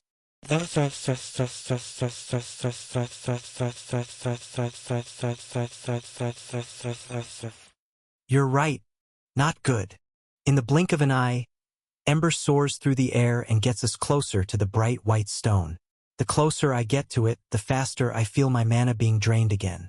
I activate my own plunder skill to try and counteract its pull, but my MP bar barely manages to stay over 20%, even while all my buffs are activated to help my skill's efficiency. This is more than enough for me to open up an item storage portal underneath the falling stone, and its volatile absorption mixed with swirling energy ceases once it falls inside. I let out a sigh as Ember swoops upward and lets out a laugh. You made a cursed item with my mythic grade plunder skill, didn't you? I nod, thinking very deeply to myself about the item's description as he glides high into the sky again back to the cloud level we were at before. Yes, it seems I made exactly what I was trying to, just not in the form I thought it would take. This could be what is needed to collapse a Titan's domain, right? Ember replies, maybe. By nature, cursed items are unpredictable. It's what occurs when powers that shouldn't be mixed are forced together. Whether the strength between an attribute and the material are unique and different, or possibly the quality gap between the material and skill being imbued are too far apart. Cursed or uncontrollable items with minds of their own will appear when an item that is not supposed to be crafted comes into this world. The wind flies by us on both sides as Ember breaks through the cloud line again and continues. Some curses are more mild than others, but a cursed item is still a cursed item. It's no joke. I recommend you test that stone out on something before attempting to collapse a Titan's domain. It'd be smart to test it and watch from afar to make sure there aren't any hidden traps. I cross my arms and stay quiet for a moment, then finally reply, all right then, what dungeon should we collapse as a trial run? Chapter 411. I lightly activate my Dungeon Walker skill to sift through all the possible warp points I have in mind, but none of them seem like good options. The ones out in the desert of the Dark Continent are way too far away from civilization, and the ones near dungeon hubs are too close to towns and have too many people currently farming in them. I want to test this cursed item out on an abandoned dungeon, and not unnecessarily hurt anyone or be seen by prying eyes in the process. I search a little further, then decide there's probably a faster way to find an uninhabited dungeon around here. If anyone would know where to find one, it'd be Bree. Hey Ember. I think I know where I'll find a good dungeon to test it. He responds as I open my item storage to let him fly inside. The stronger the dungeon, the better. Weak ones will not be comparable to the Titan's domain in mana output in the slightest. As he disappears, I nod, teleporting back to one of the dungeons in the underground dungeon hub Bree showed me in the black market. Activating stealth, I hop out and make my way through the dark underground markets below Vice City. It only takes me a few minutes to speedwalk through using enemy detection to pinpoint Bree's level 488 status with light magic and a crafting skill. Dungeon walking directly here from now on for future meetings with Bree will be a bit quicker than using the capital's dungeon hub, and probably a bit less risky too. If someone with high enough perception skills can see me through my stealth skill, it's better they see me down here than up walking through the city.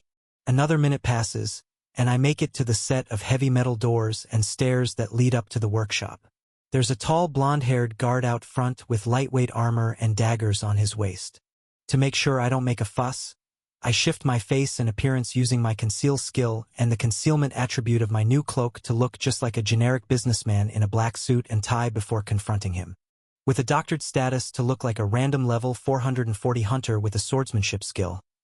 I reach into my pocket and take out a few brightly glowing items from my storage along with a handful of platinum bars.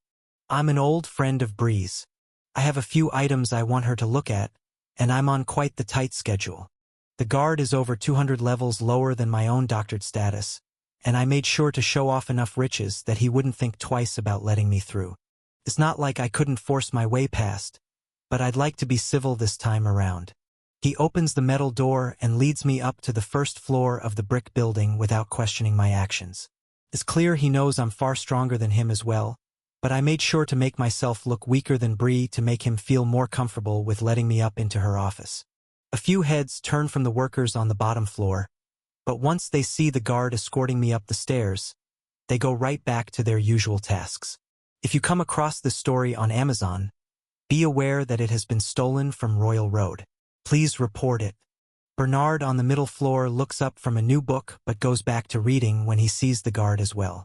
The large blonde tank goes back down to continue his guard duty, while I step into Bree's dark office on the top floor, knocking on the wall as I enter and deactivating my concealment skills. The lighting in the room brightens and the curvy craftswoman stands from her desk in a brand new jet black skin-tight outfit. Her gear today gives off a strong mana shielding glow and the two daggers on her waist hum lightly with energy as well. I either caught her off guard last time I stopped by, or she got a major wardrobe upgrade. As I approach, Bree's voice echoes through the room. Back so soon? I'm glad you decided to knock this time. I activate my hush skill before responding, encompassing her whole study just to make sure our words are confidential. Bree continues, asking another question once the gray dome surrounds us. Do you have more important information on our deal? I shake my head. No, I think it will be a bit longer before I have any information pertaining to the trade and crafting agreement. The reason I stopped by now is that I need a favor. She smiles and steps around from the back of her desk to meet me eye to eye in the middle of the room. With her high heels on, she's even taller than me by a few centimeters. Oh yeah? What kind of favor? I pause for a second before answering. I need access to an abandoned dungeon, or at least one with no people allowed inside. Preferably high C grade or even B grade if possible, and it needs to be far away from the city with no humans nearby. She looks at me curiously, then nods and turns around to walk back over to her desk and sift through a few papers. Without turning around, she responds. I know of one just perfect for you, 20 kilometers or so outside the city. However, if you don't mind me asking, what's this for? You need to do some last-minute training? I shake my head and respond as she pulls a paper out of the pile. No, I have the labyrinth for training if I need. I just need to test out a dangerous item I came across recently. It would be best if there aren't any witnesses or innocents nearby in case something goes wrong. I see no point in hiding what I'm doing. We will be close business partners in the near future. So it's best to come clean if I'm already asking for favors. As she turns with the paper in hand, I see the craftswoman's eyes light up. I can tell she's thinking of more than just my mention of a dangerous magic item. Bree raises a corner of her lip into a smirk, tightening her eyes on my own before responding. I'll show you exactly where you can find a dungeon to do whatever test you need to do. But, did you just say you have labyrinth access? My eyes leave hers and track to the paper in her hand. The edges of it flop over and I can see it's a map of a forest region. Great, and yes, I can get into the labyrinth undetected to train. This dungeon access is strictly to test the item out. It may actually collapse the entire dungeon, so make sure you're giving me a location that you won't miss. I let out a chuckle, but Bree's eyes widen in response. An item that can collapse a high-grade dungeon? And unregistered access into the Vice City Labyrinth? There's a moment of silence in the room as I nod and she walks closer with the paper outstretched in her hand. However, the moment I accept it, she doesn't let go immediately. In return, could I ask 2 favors of you? One to pay me back, and another so that I owe you one. I nod with a thin smile still on my face. Depends what it is, but I don't see why not. I'm sure they will be reasonable. She releases her grip of the map and continues. Firstly, I'd like to go with you to see you use this mystery item and witness what you say it might do. And second, if you have access to the labyrinth, could you get me inside?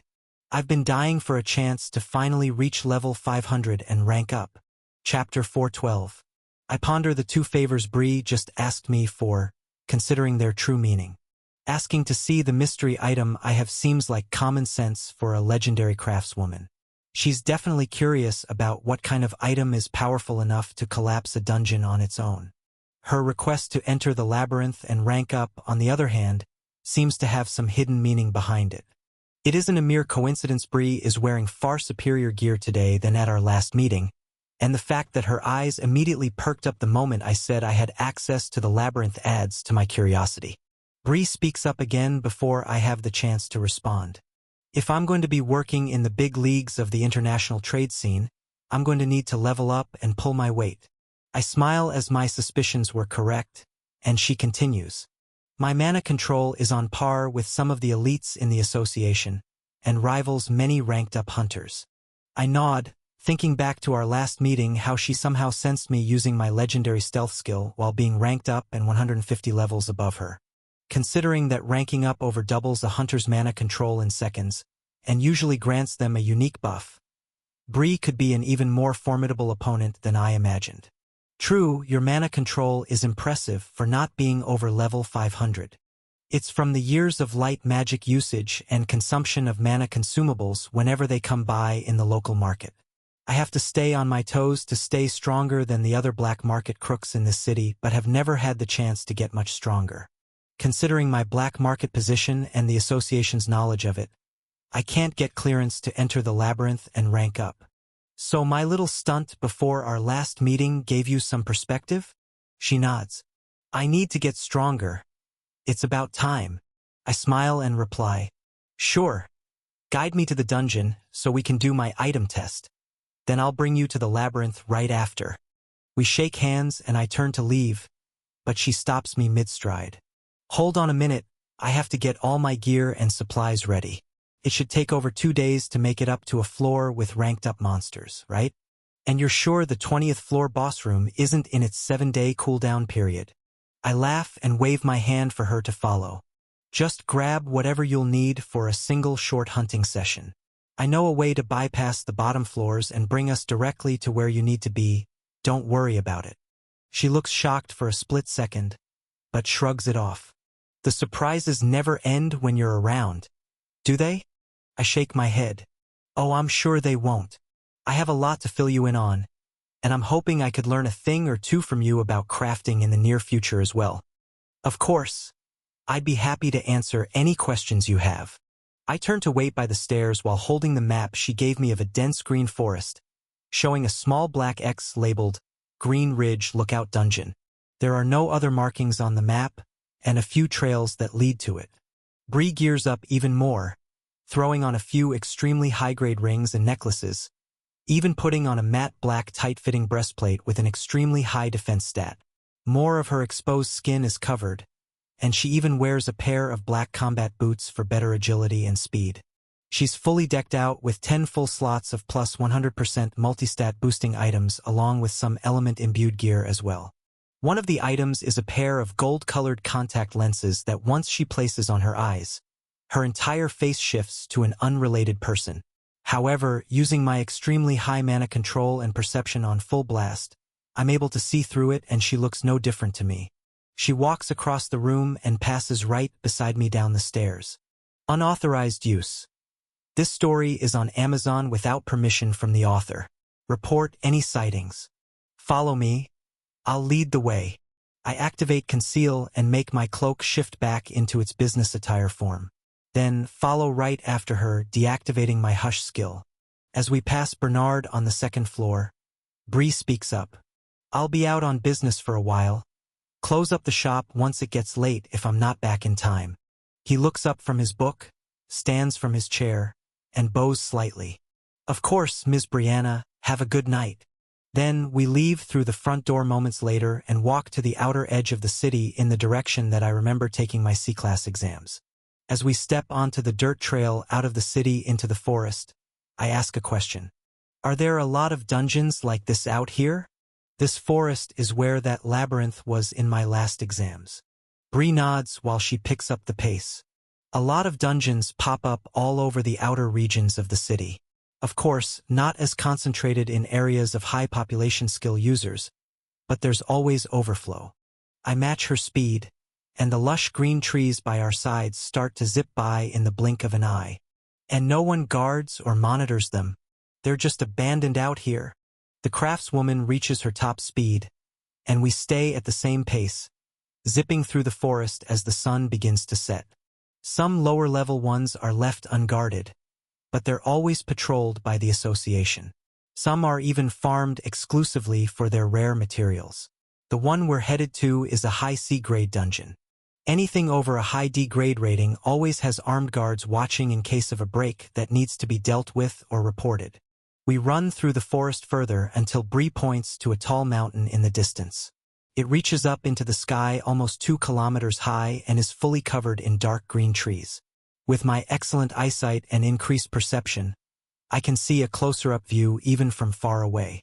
Near the top, there is a huge 100-meter stone cliff wall drop-off with a natural flat overlook above it. If one were to stand on top of that cliff, they'd get a view of the entire valley we're running through right now. That's it. The dungeon is right on top of that ridge. I activate a gust of wind magic beneath my feet and turn to Bree. How about we take a shortcut? In the same moment I see the bottom of her boots light up with a white glow, and wisps of her own wind magic come out. We're both propelled into the air at the same moment and begin walking through the sky and up toward the top of the mountain. Element-imbued boots to fly? Interesting craft. I didn't know a hunter without the same skill as the element-imbued item could wield it. Not usually, but if blood-bonded and the user has high enough mana control to overpower the fighting spirit of the original slain monster, it's possible. Even same element-imbued items can be tricky. I'm sure you remember the deadly nature of your sword before you got strong enough to control it. Yes, I remember. That makes sense. I activate my all-seeing eye as well as my enemy detection skill and sense the swirling blue dungeon portal right atop the ridge like Bree said. However, I sense 2 other readings up there as well. I whisper under my breath as we fly through the sky at a constant rate. You were right, it is guarded. We have what seem to be 2 elites, or at least 2 guards that are nearing the elite status. A level 424 and a level 439. They're strong, but sneaking past them shouldn't be an issue. She agrees as we change trajectories and curve our upward motion around the mountain's backside. Bree activates her light magic in a shimmering wall in front of her, and I activate my stealth skill as we finally land on the opposite side of the mountain's ridge. The wall of magic Bree conjures distorts the light in front of her, making anyone of lower mana control looking straight at her believe there is nothing there at all. She's able to make multiple light magic walls in a cube formation to be invisible from all angles. My stealth skill makes me completely undetectable too as we both slowly walk into the clearing that opens up to the view atop the valley. The sun begins to fall below the horizon, and the lights of the city are visible in the distance as the entire valley below the mountain is covered in the remnants of the golden sun's glow. On the other side of the clearing, the blue spinning mass of energy is visible with 2 armored guards standing on either side. They look tired and bored but don't move from their posts about 5 meters away from the dungeon portal. One guard has a legendary grade extreme strength skill, while the other has an advanced fire magic skill. They either got very lucky to awaken upgraded skills, or they're very well situated with the association to the point where they would give them upgrade crystals. My money is on the latter. It doesn't matter though. Bree and I slowly walk right past both of them, and neither bats an eye as we walk straight into the swirling portal. The bright blue sky, beating hot sun, and yellow sandy desert floor hit my senses as we're spawned into the dungeon. Bree lets out a laugh as our feet hit the sandy floor with a light thud. I haven't done anything like this in quite a while. It feels nice to get out of that workshop. I nod, deactivating my stealth skill and replying with a chuckle of my own. Glad you're having fun already. But the real show is about to begin. My gaze spreads across the rolling sandy hills, and in the distance, rock formations arise from the desert floor. What kind of dungeon is this? We walk further in and Bree responds. A sand golem dungeon. If my memory is correct, they spawn in around level 360 to 380. The boss sometimes passes level 400. These monsters are great for training association grunts that want to give their try at being elites one day. But it's hardly used anymore because most golems don't drop any loot other than mana crystals. I nod, using enemy detection to see a few of the sand golems Bree was talking about in my mind's eye using the skill's new legendary grade perk. I see. This dungeon should be a great trial run. Let's get deeper inside. I don't want the exit portal to be harmed by my test. We airstep upward and get much deeper into the dungeon, soaring high enough to avoid all pointless mob fights before I finally stop in midair. We hover about 30 meters off the ground with endless hills of sand and rock on all sides. Bree speaks up. I've waited long enough. The anticipation is killing me. Let's see this magic item you claim can actually collapse a dungeon. I do a final scan of the dungeon to make sure no humans are inside other than us, then activate my item storage skill. I think I've waited long enough too. I'll take it out right now. Chapter 413. A large white portal of spatial magic opens up below me about 15 meters down. It's halfway between me and the ground. Without waiting any longer, I let the cursed windstone fall from my storage and plummet toward the sandy floor. The moment it emerges, the wind picks up and the mana-manifested sand from the dungeon floor begins to float up into the air to meet the falling stone. In mere fractions of a second, a twisting sand tornado is created, and I turn to Bree and grab her wrist. To be safe, we'll need to put even more distance between us and this test. The craftswoman's eyes are locked on the items below us as I dungeon walk us over 200 meters away in the direction we just came from. Before blipping to safety, I could feel the mana seeping out of me already. Once we rematerialize, a loud metallic twang like two mana shieldings colliding hits my ears. It's followed by thuds, cracks, and a massive explosion of sand. The violent windstone hits the dungeon's sandy surface and in turn, a rippling shockwave follows but weakens into a light breeze as it nears us over 2 sports fields in distance away. The impact makes a dome of swirling sand that expands outwards, then gets sucked back into the impact point like a dense center of gravity is pulling it in. I let out a small sigh of relief seeing that the damage isn't instant, but also keep the thought at the back of my mind that this item's description said its mana plundering speed was exponential, meaning it's only going to get more powerful from here. Bree speaks up as we both air-step higher into the sky with a half-frightened, half-excited tone. What kind of item is that? A special kind of wind element stone? Or dash? She thinks to herself, staring out at the item ripping through the dungeon floor like it's paper, wondering what exactly she's looking at. My eyes tighten on the dome of swirling sand in the distance as it slowly expands. A deep-toned, buzzing sound begins to fill the air. My all-seeing eye picks up on the intricacies of what's actually happening. Through the expanding dome of sand, a large hole in the dungeon floor is being created as the element stone sinks deeper into the desert. Sand, which is really just pure mana manifesting as dungeon mass, twists around it like a whirlpool and disappears into a dense center point once it gets close enough to the stone. It expands quickly, and I respond to Bree's question as we both watch in awe. Yes, it's an element stone. Well, it used to be. Have you ever heard of cursed items? She nods and her eyes widen, focusing even more on the violently spinning, rapidly expanding dome of sand. Yes, I've made some myself, but nothing of this magnitude. Where did you get it? Or, don't tell me you killed a craftsman and made this thing yourself. She turns her head to look at me as she pieces everything together.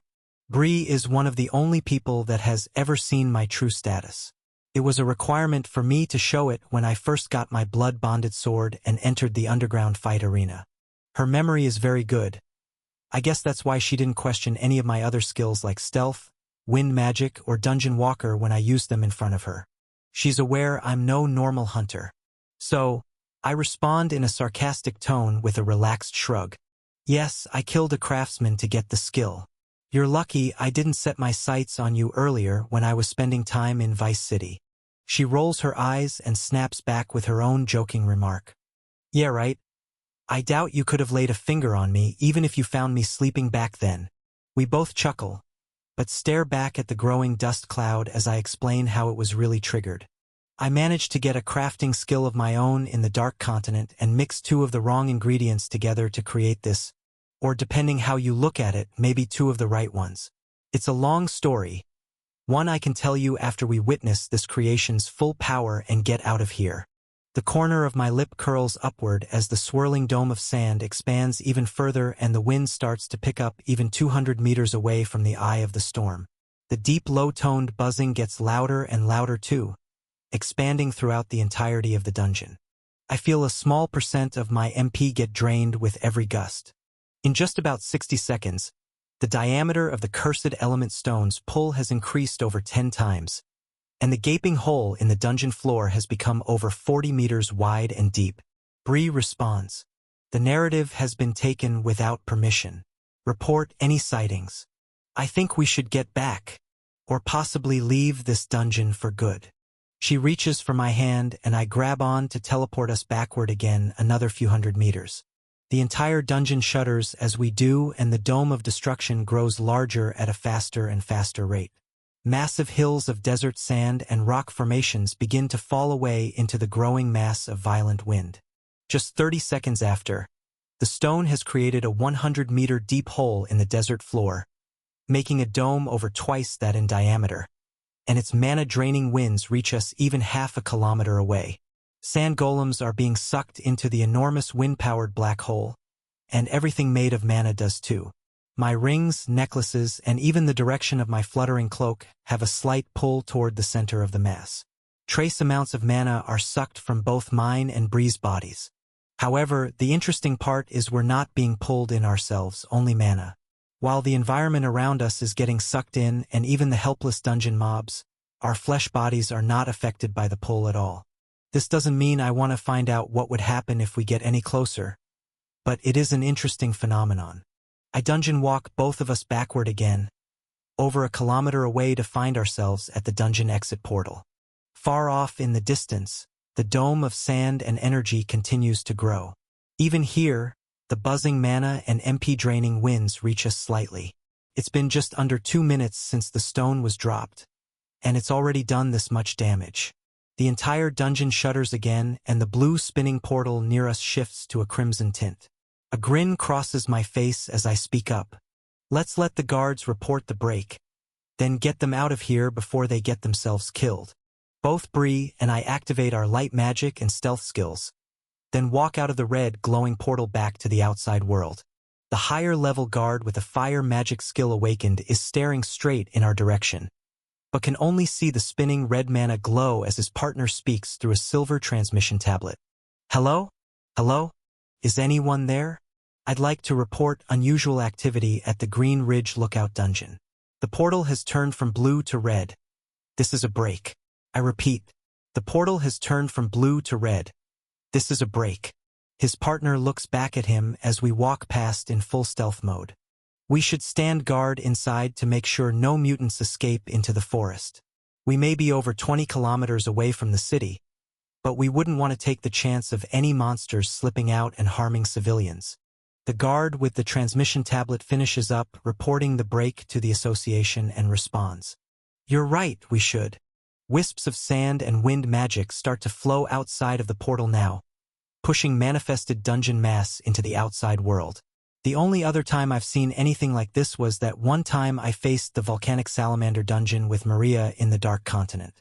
The heat expelled from the dungeons out into the cave. This was only because the dungeon was on the verge of complete collapse. The fire magic user points it out to his partner. Look at that. We must be in the midst of another intense surge. This was a stable dungeon as far as I knew. I have no idea what could have caused it to act this way. Let's go dash. As soon as they both turn to enter the portal, I whisper under my breath to Bree by my side. Brace yourself for a high-powered mental attack. This might hurt a bit.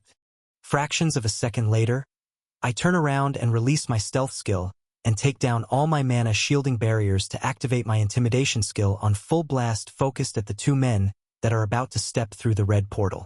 Their eyes roll into the back of their heads, and they both fall to the forest floor knocked out from the burst of intense focused mana attacking their psyche.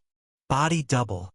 Next, I create a body double and use it to run forward and plunge deep into the red portal to watch what is about to unfold inside with no risk to my real body. It disappears into the crimson swirling mass of mana, and in my real body, I turn back to Bree. Help me carry these guys to a safe distance away. I have a feeling once this dungeon fully breaks and collapses, it isn't going to be pretty.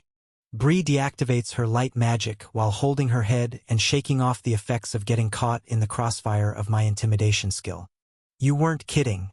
That's a pretty strong mental attack. I'm glad I'm not on the wrong side of it. We take one guard each and sling them over our shoulders while air stepping away from the mountain off the cliffside. The sun has almost fully set over the horizon, but with my enhanced sense and eyesight specifically, it's basically as light as day even at night. We make it to the ground in the valley just below the mountain, and the memories from my double come flowing back into my mind.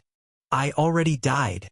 Inside the dungeon, the moment my double entered, the light swirling winds had already reached the exit point. Considering my double is fully made of mana, it began getting sucked in toward the center of the swirling mass. Using Plunderer and my other stat-boosting buffs, my double was able to resist the pull for about 30 seconds as Bree and I made our way down the mountain, but ultimately the dome expanded too far out to resist any further. All of the sandy hills and rock formations have collapsed and been sucked into the windy mass, and dozens of sand golems have faced their demise all around the dungeon. The hole in the dungeon floor reached a depth of over 400 m, and the diameter of the swirling dome hit over 1 kilometer as my body double got sucked in and broken down into pure mana to add to the central mass. Once these images show up in my mind, I imagine the possibilities of what will happen once it has no more energy to pull from. My all-seeing eye can sense the red portal swirling more and more violently now, starting to spew larger amounts of wind magic and mana into the real world. However, suddenly it stops. The twisting wind and violently glowing crimson portal stops, expanding with power and contracts on itself quickly and instantly. Everything is calm and peaceful. Bree and I don't stop moving forward toward the city, and the sun fully sets, leaving us in the dead of night for a full 20 seconds of silence. Then, a glimmer of transport magic brings all foreign material out of the collapsed dungeon. The foreign material being a highly concentrated, extremely volatile, unpredictable, cursed element stone imbued with a mythic grade skill holding billions of MP from a high C grade dungeon. Once it spawns in, my all-seeing eye picks up on it like a bright candle burning through paper on the radar in my mind's eye. It gets hotter and hotter, reaching out for mana to drain, but out here in the plain old real world, there isn't much of that to go around. It sucks up the trace amounts of mana in the atmosphere, but soon begins to crack and splinter as its needs are not satisfied. The item description warning about its structural integrity collapsing repeats in my head as I watch the outer crystal walls of the stone break down in my mind's eye. A few seconds later, and the eruption of power that is released is far greater than anything my imagination had in mind. The dark night sky is lit up like it's daytime as the element stone explodes. Chapter 414. It looks as if a new sun has risen from the horizon as a flash of bright white light makes every rock and leaf in the forest visible as clear as day. I turn my head back to watch the eruption of power unfold. From a tiny point on the mountain's top, a sphere of energy expands to envelop the entire top half of the mountain in an instant. Massive skyscraper-sized blades of wind erupt from the ball of mass moments later, ripping through the earth all the way down the mountain, and for over a kilometer on every side in deep gashes, making instant valleys in the forest terrain. Thousands of trees are disintegrated in an instant, and once the sphere of bright white light hits critical mass, it envelopes over 3/4 of the mountain's top, leaving only the base visible when it finally explodes. A second, even brighter flash of light blinds me, and only my all-seeing eye can watch the damage unfold as the entire mountain is torn to bits and decimated like it was never even there. More violent tendrils of wind magic erupt from the center point and carve deep gashes into the earth. A crater over 2 kilometers in diameter is created, and the outward destruction of leftover wind spreads out even further. The eerie part of all this is the sight I'm witnessing is completely silent. That is, until the shock wave of leftover energy, wind, and sound finally hits me. I place massive walls of mana shielding behind both Bree and me as we continue to airstep away, and the mountain we pass does create a bit of shielding from the blast. But despite that, a wave of horror hits our senses anyway. It comes in 2 rounds, the initial detonation, and the eruption of power once the mountain breaks and all of the built-up mana is actually released into the forest. It all blends together, sounding like thousands of boulders are falling on top of each other, while bendable metal sheets are simultaneously hit with large sledgehammers, and in the process, countless thick trees are being split in 2 with dull axes. The metallic clangs, splintering rock and tree sounds, an overwhelming gust of wind that follows shows me power beyond anything I've ever felt before. It's hard to conceptualize, especially this far away from the blast zone. The shock wave ripples through us despite all the energy barriers in place, and lasts for almost a full minute. We don't look back anymore, just continue to airstep forward, and allow the leftover energy of the explosion to add power to our steps. The fact that a large portion of the blast dispersed into the air makes me think we were lucky to have it explode on top of the mountain, so high above ground level. Even so, its aftermath is no joke. Trees are pushed down and earth is turned up by the wind for over 10 kilometers in all directions. As we near the outer edge of destruction, about halfway to Vice City, Bree speaks up in a stern tone. The story has been taken without consent. If you see it on Amazon, report the incident. Did you know that would happen? That sure is a lot more than just a dungeon collapse. We could have been in deep trouble if we were any closer. I take a moment to respond, wondering what emotion is building more inside me. Excitement or dread? I had a feeling something like that would happen, but wasn't expecting it to be that massive. However, I didn't count out the possibility. There's a reason I asked for a dungeon away from civilization. Bree looks at Vice City's night lights getting near, then back in the direction of the blast. It was pure mana and wind magic that erupted. So once dispersed, the light dissipated too. The darkness of the night sky has completely taken over again, and the mountain that is missing from the horizon won't be noticeable until morning. There's going to be a lot of search teams out here tomorrow, or even tonight. I'm sure quite a few people in the city saw that flash of light. The association isn't going to just let this off as a natural phenomenon. I point to an open clearing on the direct path under a low-branch tree. Let's set down the guards here right outside the blast zone. I'm sure if the association has any questions to ask, these 2 will be the ones closest to the cause. We glide down and sit them up against the tree's trunk, and I put my hands up in the air, replying in a carefree tone. They reported an unusual dungeon break in a stable dungeon, and minutes later this happens. If they happen to be passed out during the blast, but somehow survived it, seems like they're the ones to blame for any misinformation. I activate my stealth skill, and Bree takes the cue to do the same. Before we leave, I grab one of the full restore potions out of my item storage and crack it open out of curiosity. I use telekinesis to feed them both half the potion as we walk away, and store the empty bottle into my item storage from afar with a spatial magic portal once I'm done. As we walk out of sight, the 2 guards come to their senses and immediately start talking to each other, trying to figure out where they are and what happened.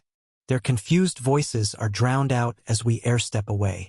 I murmur under my breath once we approach the city's entrance and put on my concealment skill disguise.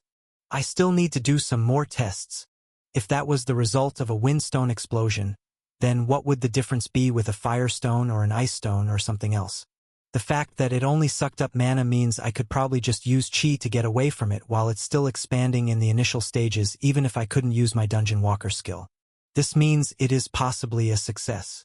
Maybe I could use it in the Titan's domain as intended to collapse it from the inside without Ember's direct help.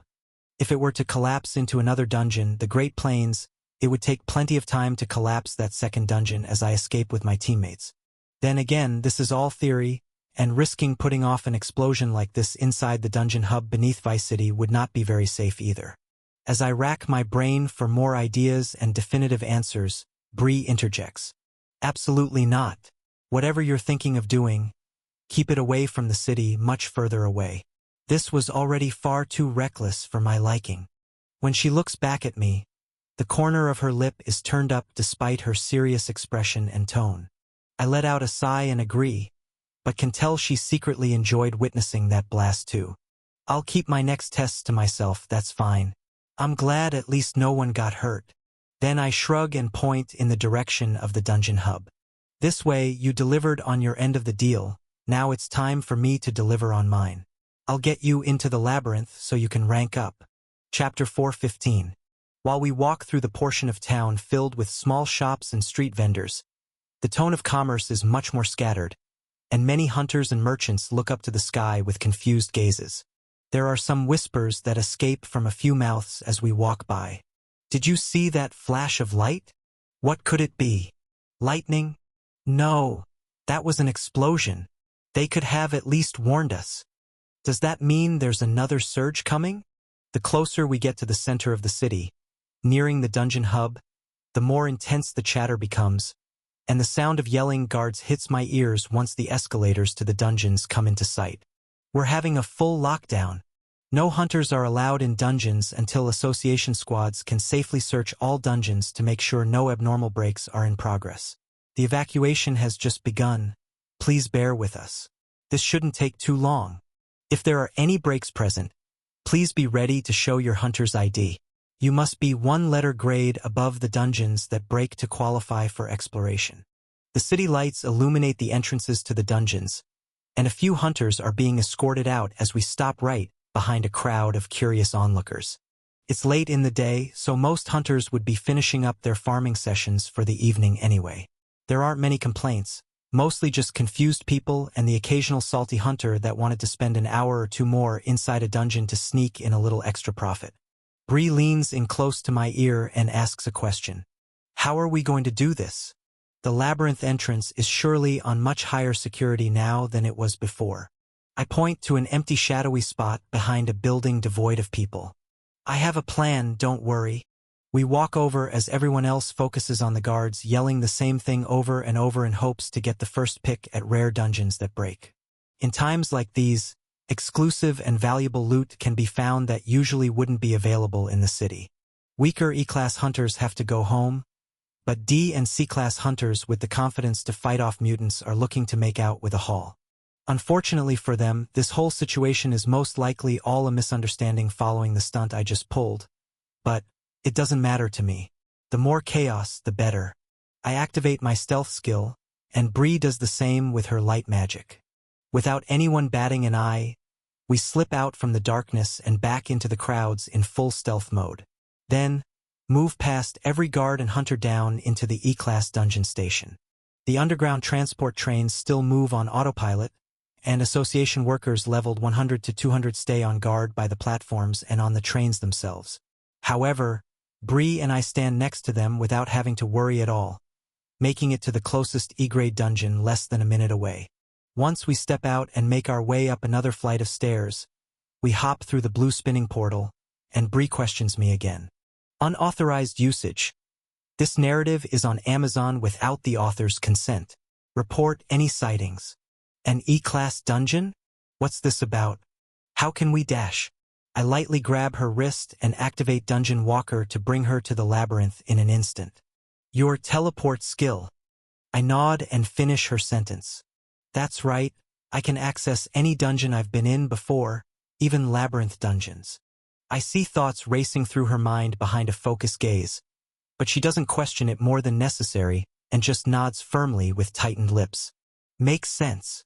We both activate our air steps because the only teleport point I have available in this dungeon is from high above the ground when Ember was flying me through these floors to make it up high enough to meet Maria and Abby on our training and farming excursion earlier. Bree looks down at the lush and colorful jungle region of the 25th floor while I reply. We can start on a lower floor if you want, but this is the 25th floor of the Vice City Labyrinth. Every creature down there will be over level 500, some over 550 even.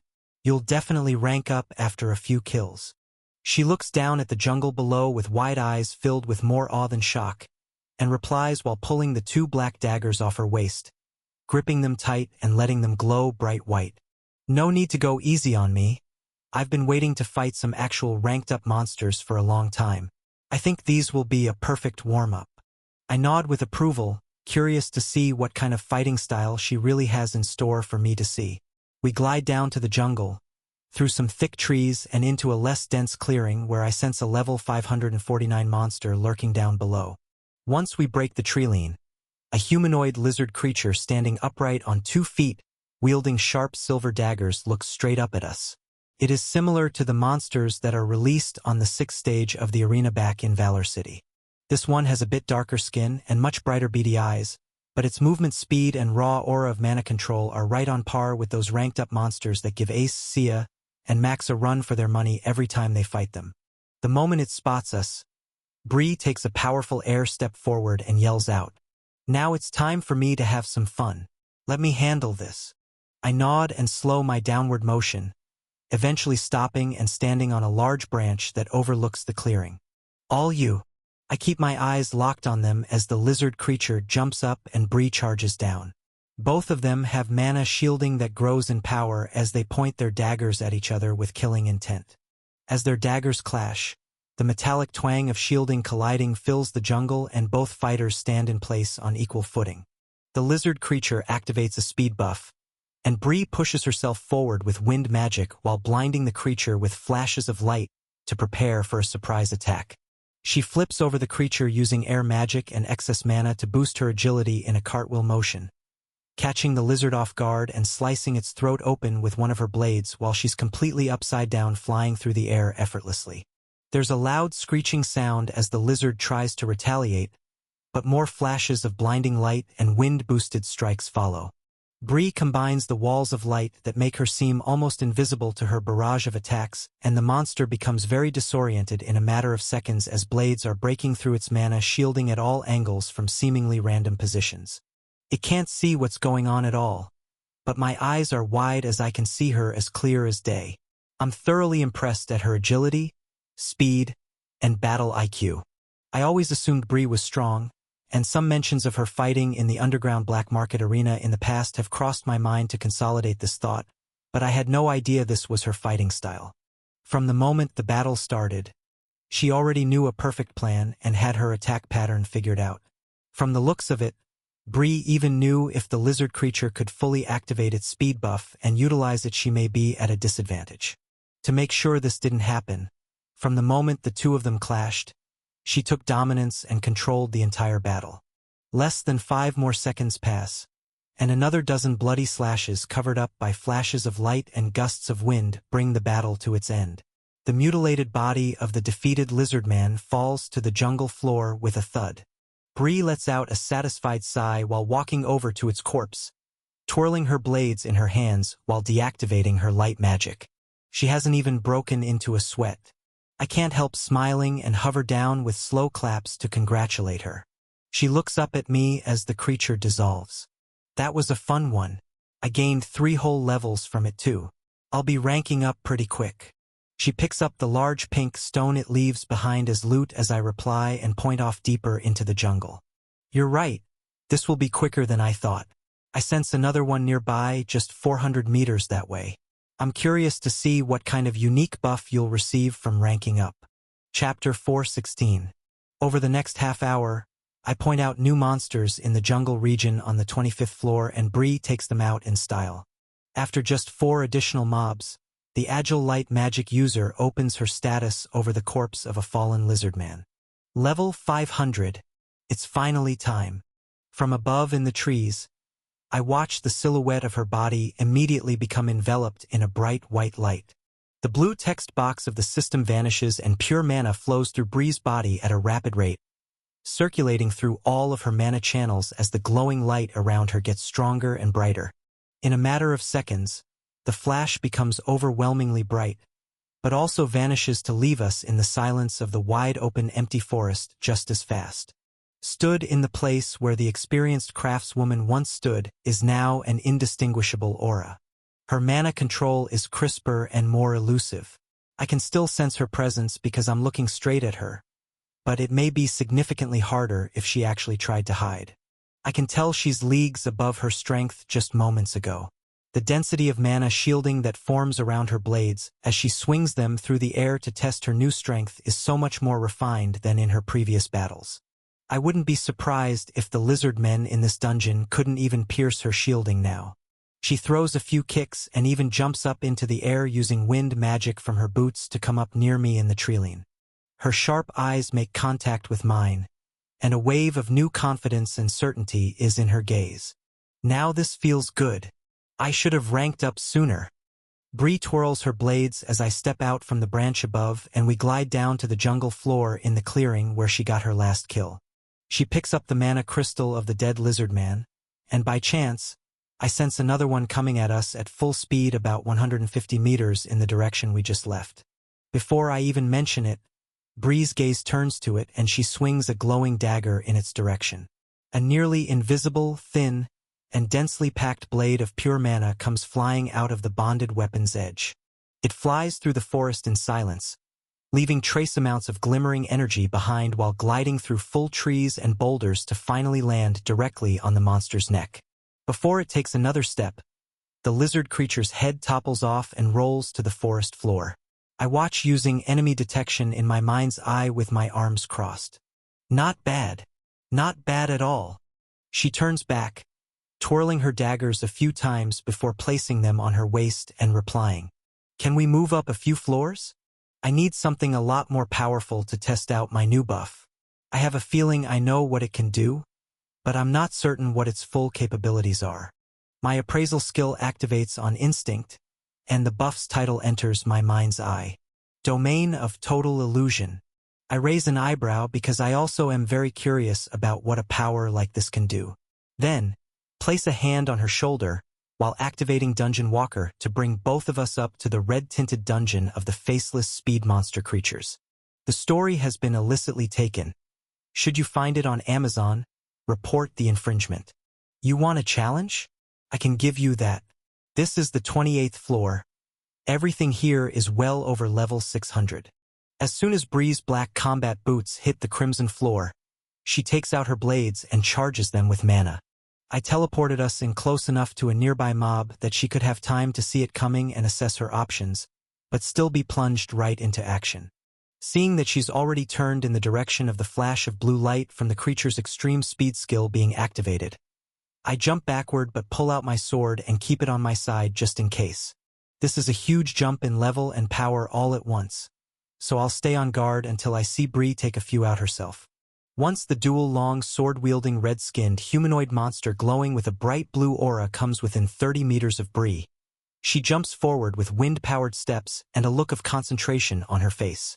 The monster senses its opponent is very strong and immediately activates its ranked-up speed buff, shifting its aura from blue to red. Their blades clash fractions of a second later, and the eruption of mana shielding breaking on both of their weapons explodes in all directions. Both Bree and the monster fly backward with equal force. The dagger-wielding craftswoman at level 500, and the humanoid monster with silver swords at level 633 are on almost equal footing. The beast doesn't lose a second of battle time to grip the track material-like floor and reactivate its speed buffs, shortening the distance between Bree and it in an instant.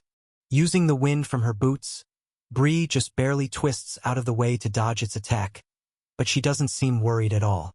Her face is calm despite the clear difference in their speed. Her perception, agility, battle IQ, and raw power seem to make up for it for now. The monster continues to charge at the craftswoman in erratic patterns, swinging its blade, trying to land a hit with greed and fury. However, Bree continues to track its movements with sharp eyes and dodge over and over. Occasionally she blocks with her own blades and their shielding cancels out equally in power, forcing both of them to fly backward over and over again.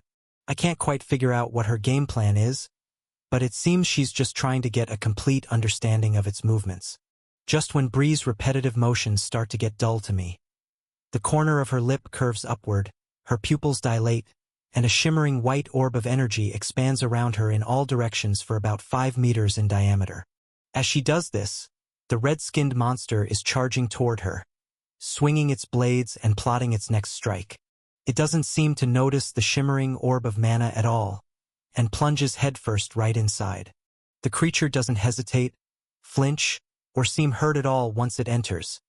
But something peculiar happens once its blades swing down to meet Bree's. It loses its footing, and its sword strike misses the mark by over half a meter. Bree counters and lands 2 deep gashes in the monster's side, bursting through its shielding with ease. It looks as if the monster didn't even see Bree's attack coming. It almost falls to the ground, but as it continues the momentum and leaves the outer edge of the shimmering orb on the other side, it fully regains its balance and turns around in a blue streaking arc of light with blades poised ready to kill. Blood drips from its wounds and it attacks Bree again with no fear. It runs headfirst into the glowing orb of mana and the same exact thing happens. The creature loses its balance and completely misses its attack by a long shot. Bree lands another deep blow. 2 more exchanges pass, and it ends with both of Bree's blades slicing the disoriented monster's head off, while it swings its swords in the opposite direction helplessly. She deactivates her buff as it falls to the floor in 2 parts and begins to dissolve. I walk over with a look of curiosity on my face. I have my own assumptions of what this ability can do, but want to hear it myself from the source. Bree speaks up as I get closer. 12 more levels from that one, nice. It was definitely a strong opponent. Without my new buff, this would have been a totally different fight. She shrugs in a nonchalant manner while putting her blood-stained daggers on her waist. I probably still would have been able to win. I just wanted to test it out. I reply, "Oh yeah? How does it work?" I could tell something was happening from the outside, but hard to know exactly. "You're messing with your opponent's sight." She smiles and replies while activating her buff again, making an orb of shimmering clear light expand around her. Good guess, it seems to be that I can change my opponent's perception of reality within a certain domain of concentrated mana. Not only sight, but other senses too. I knew ranked up buffs were unique and usually come to be based on your usual battle style or similar to your regular skill usage, but this kind of ability is far greater than I expected. I'm face to face with the shimmering barrier as I hear her continue. "Step inside. I'll show you how it works." Chapter 417. I take a step forward at her request, doing a full analysis of the curved wall of shimmering mana in front of me. My perception skills and buffs are activated out of instinct at a constant rate, just like they were when I was training in the Titan's domain for 6 months straight. With this, and my absurdly high level of natural mana control, I'm able to see through the barrier and still make eye contact with Bree standing inside through what looks to be a semi-transparent mirror made of water.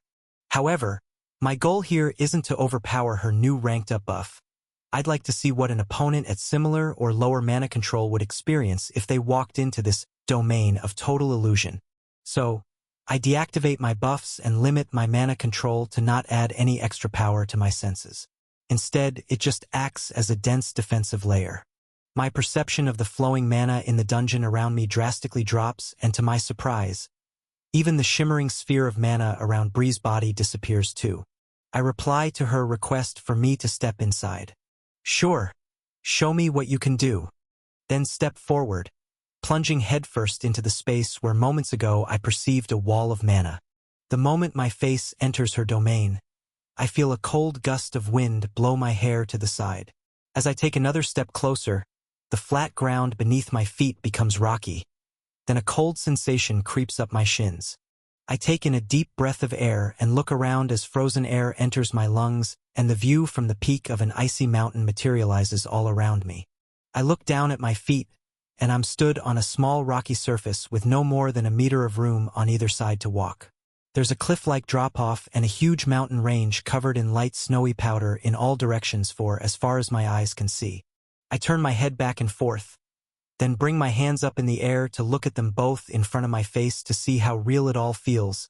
Then, with no warning at all, reality around me begins to shift.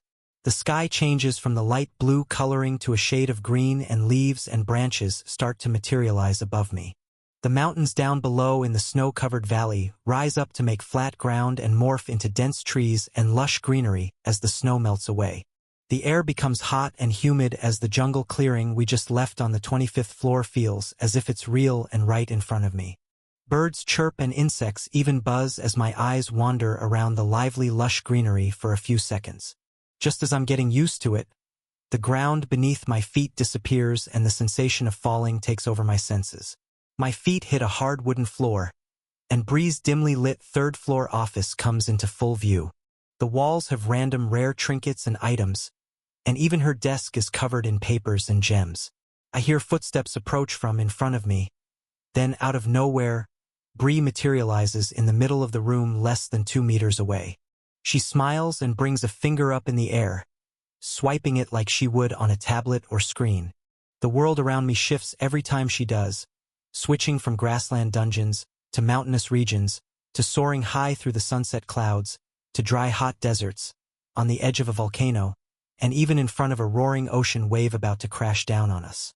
She finally speaks up as she shifts the world again, right before the sea's heavy water crushes us, and we sit back in the image of her office room. It's pretty interesting, isn't it? The author's content has been appropriated. Report any instances of this story on Amazon. I nod with a spark of awe in my eyes. Yeah, fascinating. This is quite the ranked-up buff. The thought of all its possibilities runs through my mind. Not only is it an excellent skill mid-battle to completely confuse an opponent, it could be excellent to use for business too. Bree has really only showed me the nice and sunny side of things here, but it could surely be used as a negotiating tactic or way to interrogate enemies without doing them any real physical harm. It would only be psychological. I chuckle to myself as I think of a few less productive use cases for this buff too. It could make any place you wanted become a bed or relaxing beach. Interrupting my train of thought, Bree replies again. Try to break out of it. I'm curious how strong my illusions really are. I let out a sigh and nod. Sure. I was curious too when it started. I activate my buffs and skills very slowly, letting my mana control work its way up to full capacity. The moment they begin to amp up, the office room around me starts to distort. The walls look like they're bending and the floor beneath my feet is getting more textured. I look up at Bree again and my buffs and mana control hit about a third of their total capacity and the shape of a sphere becomes visible around both of us. I can see the projected image of Bree's study on the curved mana-imbued walls, but can also see the red-tinted dungeon behind it. By the time I'm back to using half of my control, the illusion I'm standing in looks like no more than a mirage of a see-through hologram. I can tell it's here, and attempting to cover my senses, but it doesn't distort my reality any more than a light breeze would push me back while running in a straight line. I smile and nod, not seeing any reason to up the ante on my perception abilities any further and step backward right outside the sphere. Bree sees that her illusion has been cracked and deactivates it. I speak up again. Not bad. I did some recent unorthodox mana control training, so it figures I'd be able to get out with ease. However, as you already tested, it could easily trick any normal ranked-up monster. Even up to level 650 or so, I'd say you could take them on. I'm not sure what the baseline for mana control above this level is though. I'm only level 645 myself. Bree replies with a satisfied look. Yeah, it takes a lot of MP to keep it active for that long. I burned through almost half of my bar to show you that. She reaches into a small black item box on her waist behind one of her daggers and drinks an MP potion before continuing. I have plenty more mana to work with though, so it shouldn't be a problem. I reply as she regenerates her MP. Might as well take advantage of the labyrinth now while we're still in it to level up more. You're severely under-leveled for your strength. Right on cue, the presence of 2 speed monsters comes into my radar and both Bree and I turn our heads to face them. She replies, taking out her blades and charging them to full while running toward the 2 flashes of blue light coming our way in the distance. You're right. Time to get to work. In the blink of an eye, Bree takes on 2 monsters over 100 levels above her at once. With her domain of illusion surrounding her body every time one of the monsters gets near, they don't even stand a chance at hitting her. I can't help but laugh at some of the movements the creatures make while swinging their long swords in the complete opposite direction of where Bree is standing. Less than 15 seconds pass before both of the monsters are left bleeding out on the dungeon floor, dissolving at Bree's feet. I walk over again as she bends down to collect the mana crystals but finds a shimmering red speed fragment fall from one of the monster corpses. While picking it up, she examines the gem and activates her crafting skill to get a better idea of what it is and how it could be used. She looks up to me once I'm close enough. So this is where you farmed these gems. There must be all kinds of rare drops here.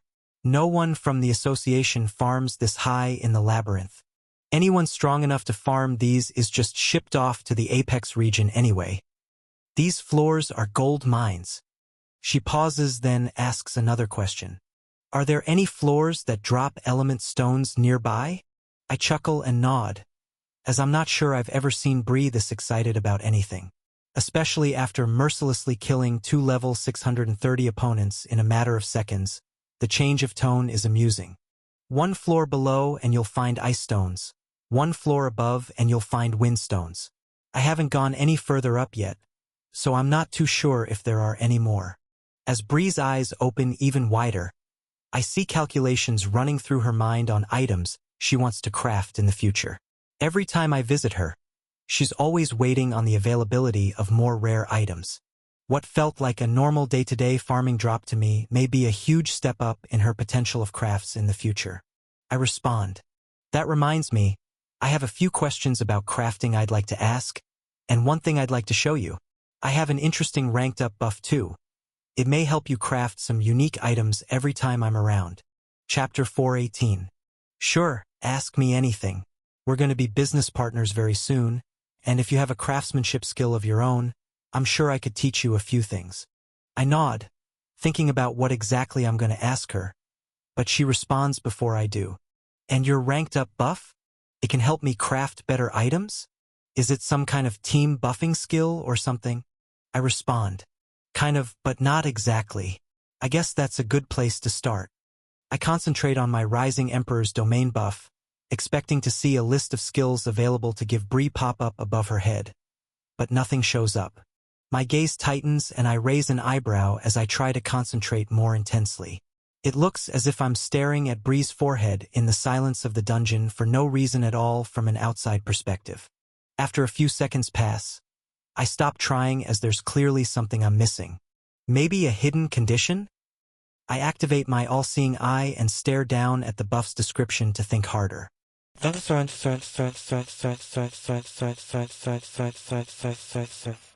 Rising Emperor's domain, hidden ability. Info. This is a hidden passive ability for a spellcaster with the traits of an emperor in the making. The Rising Emperor's domain allows the caster to share skills in their status with any party member who has sworn their loyalty. A copy of the exact skill shared will appear in the party member's status. If this member betrays the caster or leaves the domain's range, the skills will be deleted from their status.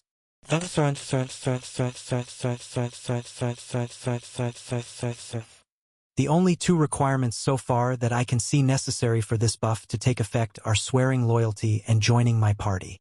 I've used this buff on Maria, Abby, and Ember. However, it's not like I have a system status to show there in my party or a checkbox where they can swear their loyalty. I think harder, then shrug. Maybe you have to say it out loud. Bree looks at me with an awkward stare. Say what out loud? What are you talking about? I reply quickly, realizing I've just been thinking and talking to myself this whole time without explaining at all what my buff does. One of the conditions to my ranked up buff seems to be that you have to verbally accept me as your party leader. If you do that, I'll be able to share an upgraded version of your crafting skill. I've come to this conclusion because Abby and Maria have often called me the team leader in conversation, and Ember refers to me as master many times over. None of them have explicitly sworn loyalty to me, though, so I think this is a condition that is more action or feeling-based rather than verbal. Bree nods, still with a confused look on her face. Sure, we couldn't have gotten here to train today without you. You're the party leader. The moment the final word leaves her lips, an assortment of blue text hovers over her head, and I feel the invisible domain around me accept her as an ally instinctually. My gaze tracks down to my mythic grade craftsmanship skill and I equip it on her status. Take a look at your skills. What you see is only temporary, but you'll be able to use it freely as long as you're near me. Bree checks her status, wondering what my words mean until her gaze falls upon the blue glowing text of the new mythic grade skill in her grasp. Her eyes widen, and she immediately takes miscellaneous items out from her item box. Flashes of light cover her hands and her eyes dart back and forth across her status screens, popping up one after another. After almost a full minute passes and half a dozen new high C-grade and B-grade items are produced in the blink of an eye, she turns to me. It's real. Mythic grade skills are real. As I nod and begin to explain how my buff works, making sure it's not to be confused with a skill upgrade buff, but a skill-sharing buff, Bree puts the pieces of the puzzle that is my time in the Dark Continent together very quickly. So, that means the Sector 2 leader is actually dead, and this is why he was able to craft such items beyond that of anyone else's capabilities. He must have been insanely lucky to get a mythic grade rating from an upgrade crystal. I've never heard of anyone getting anything over a legendary grade. She pauses. Other than a few element users upgrading their advanced magic to extreme. But that's an incredibly rare scenario too. It seems if one is over level 600, the chances of upgrading to that second rank increases drastically. I look over at Bree again, taking away the mythic grade crafting skill in her possession and granting her access to my all-seeing eye ability. It's not as luck-based as you may think. Check your skills for yourself. There are hidden point systems within our system. Upgrade crystals just act as an override feature. If you haven't stacked up enough proficiency points on your own, an upgrade crystal won't work. There's a reason the association waits until after level 300 to give upgrade crystals to new hunters, and over 400 for those that have elements awakened too. Only 1 PP is awarded per level, so you'll be able to upgrade your skills on your own if you stack up enough. Bree's eyes light up as she scrolls through her status and comes to see the upgrade options. 1 per level. It says here I need 1,000 more points after my last upgrade to obtain a mythic grade craftsmanship skill myself. So that means someone would have to reach level 1300 for a skill like this. The Sector 2 leader was over level 1300 and you killed him. If you stumble upon this narrative on Amazon, it's taken without the author's consent. Report it. Her eyes sharpen and look up from her status, while I remember the Red Hydra imbued, demonic energy aided, kamikaze move I pulled to self-destruct and decimate the craftsman back in Solara with my body double. I did. It was an interesting battle to say the least. I caught him off guard and used some very unique energy attacks. To say the least, I got lucky. There's a pause of silence before Bree responds. Well, it doesn't matter now. That's the past and we're working with what we have in the present. What did you want to know about crafting? You may have had some time to play around with a higher grade skill than mine, but I have years of experience that will surely make up for it. Anything in specific you were hoping to learn? I nod with a resolute gaze, shifting my shared skill back to craftsmanship from the all-seeing eye so she'll be able to test it out more and explain things better. Everything. From the basics to expert level, tell me everything. I need a crash course in crafting. Very well. Over the next hour, we wander through the dungeon to allow Bree to grind up more levels as she explains the basics of crafting to me. From what I can already see in the crafting interface, most of the things she teaches me are already what I assumed are common knowledge, but apparently no grade, and special grade craftsmen don't get such a fancy interface that shows them which items are available to craft, bond, or upgrade. On top of that, the legendary grade interface is much more basic and rudimentary. Most of Bree's knowledge comes from books and experiments. Considering this and the fact that many new slots, stats, and skill imbuing options are now available that never were before, the basics are all just in front of me explained in simple terms. However, in Bree's explanations, a few things stand out that can't be seen in my interface. The first is a deeper explanation of cursed items and why they come about. It's best to craft with materials within a 20 to 30% variation up or down of one's mana control and level. It's not only best practice to keep improving and making greater items, but it's also dangerous to imbue large amounts of power into lower-grade material. A B-grade hunter imbuing their top-rank skills or mana readings into E-grade crafting material can only lead to disaster. The lower-grade gear will compensate for the higher-grade mana inside it and either break before use and release the built-up mana or do harm to the user trying to control it. If an actual curse mark on the item's name within a user's status is made, it will act in irrational and unpredictable ways, This gives me a better idea of why some of the items I tried to craft earlier gave off such odd readings and abilities. Some even severely downgraded the Mythic Grade Plunderer skill to fit the base material grade. This means if I want to safely and consistently produce lower grade items for trade with the other regions, I'll have to make sure not to overlevel the craftsmen that will be working for Bree. I always assumed the higher the level the better, but it seems there are uses for people at every rung of the ladder. Next, Bree explains how to properly make element-bonded weapons. The more blood that is used in the bonding process, the closer the spirit of the element stone will attach to the user. Usually 8 ounces is more than enough, like my sword and dagger used, but for boots like Bree's she had to use over 20. When the element in question is not already controlled by the user, more blood is needed to make the bond, and a higher mana control to suppress the spirit of the stone is needed even afterward to keep it in check. Another interesting feature is that the more blood used in the bond, the higher the odds of the item becoming unique and awakening special perks or hidden abilities. See, just like this. Bree makes her boots glimmer with mana before they turn semi-transparent for a split second. It's a small cloaking perk.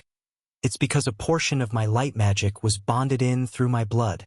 I nod and think about this too, as it opens up many options for making unique bonded weapons in the future. As Bree continues, most of the information she states is common sense, but I still make mental notes of it and even wrote a few tips down in the journal I kept from my time in the Titan's domain. However, nothing interests me more than our last topic: transport crystals and transport platforms. My eyes and ears are laser-focused on her words as she explains. There are only 2 crafting materials for these items, really. One of them is just a large amount of mana crystals. The other is a rare or called luminite. I raise an eyebrow and reply, "That's it? Only 2 items are needed to craft these. Mana crystals are the easy part. But luminite? Is it a rare dungeon drop? Or popular on the open market or maybe the black market? I've never heard of it before. Where can I get my hands on it?" I scratch my head, waiting for her response. It's not available on the open market, no. And incredibly rare on the black market. It's a highly regulated or only the association has access to it. It is, after all, part of the power source used in transport magic for dungeons themselves. Bree pauses as she lets me think it over for a moment, then continues. Every time you defeat a boss room, you're transported back to the same place in a dungeon. Even when a dungeon fully breaks, all foreign matter is teleported out if it hasn't fully dissolved into the dungeon yet. Luminite is the term the association gave it because of its bright white glow. If enough mana is bonded with a large amount of this, or an experienced craftsman with a high enough mana control base could create a teleport platform and become its owner. Its owner. That's right. Just like your blood-bonded weapons, every teleport platform has an owner, and only they can make paired crystals to go with that platform. Making the crystals to go with the platform is an easy task. It really only takes trace amounts of luminite. The platform is the hard part. My mind races at this new discovery. Having teleport platforms in places that I desire could limit my travel time even more and make it so I don't have to walk around in open cities. It'd be like setting dungeon walker points out here in the real world. I need to get my hands on some of this luminite. Bree laughs a bit. Yeah, don't we all? I've only seen it in private auctions 2 times in my whole life, and the price always skyrockets way out of my price range. It's farmed strictly from collapsing dungeons after all, and it's highly volatile. If left out of a special containment case for mere minutes and not crafted with material, it will evaporate into the atmosphere. There's a minuscule chance that small amounts of the ore will fall from a dungeon portal when it disappears, but even given that chance, the association has control over more than 90% of the dungeon portals in the world. She sighs. Maybe your friend Lith back in Sector 1 could help you get your hands on some, but even then, it'd be difficult to not have the association involved if you're looking to buy enough to craft platforms. Trust me, if it were easy, I'd have plenty myself. I nod slowly, letting the gears shift in my head and acknowledge all of the new information Bree has shared with me. Well, I'll keep it on the back burner. Even so, I'm very happy with the information you've shared. It'll help a lot with my future crafts. Bree nods and turns her head to a deeper region of the dungeon. It's been about an hour since she started sharing, and we've run into a few monsters on the way, but it's been more of a leisurely stroll. She speaks up. How about you let me do some farming alone in here? My mana control and skill far surpass these creatures. I'd like to level up as fast as possible so my level matches my control.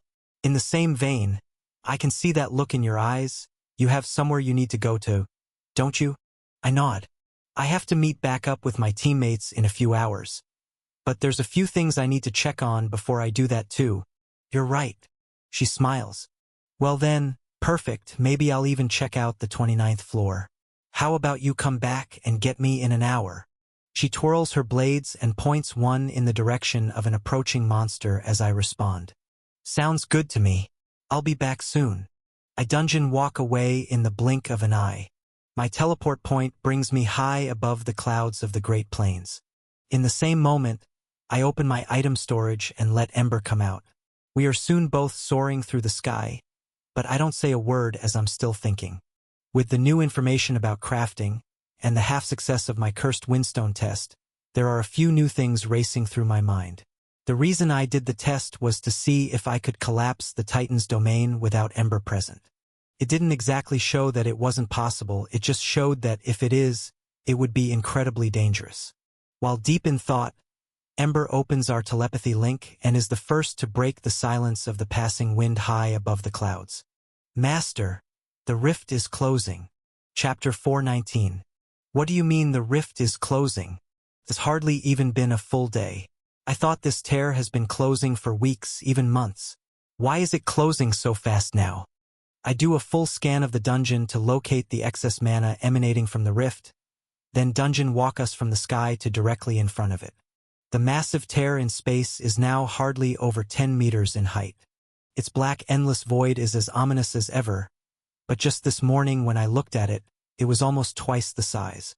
Ember responds. It could be for a number of reasons. The first being pure chance. The Void Creeper Lord could just be routinely closing the rift after it absorbed its fair share of mana in this dungeon.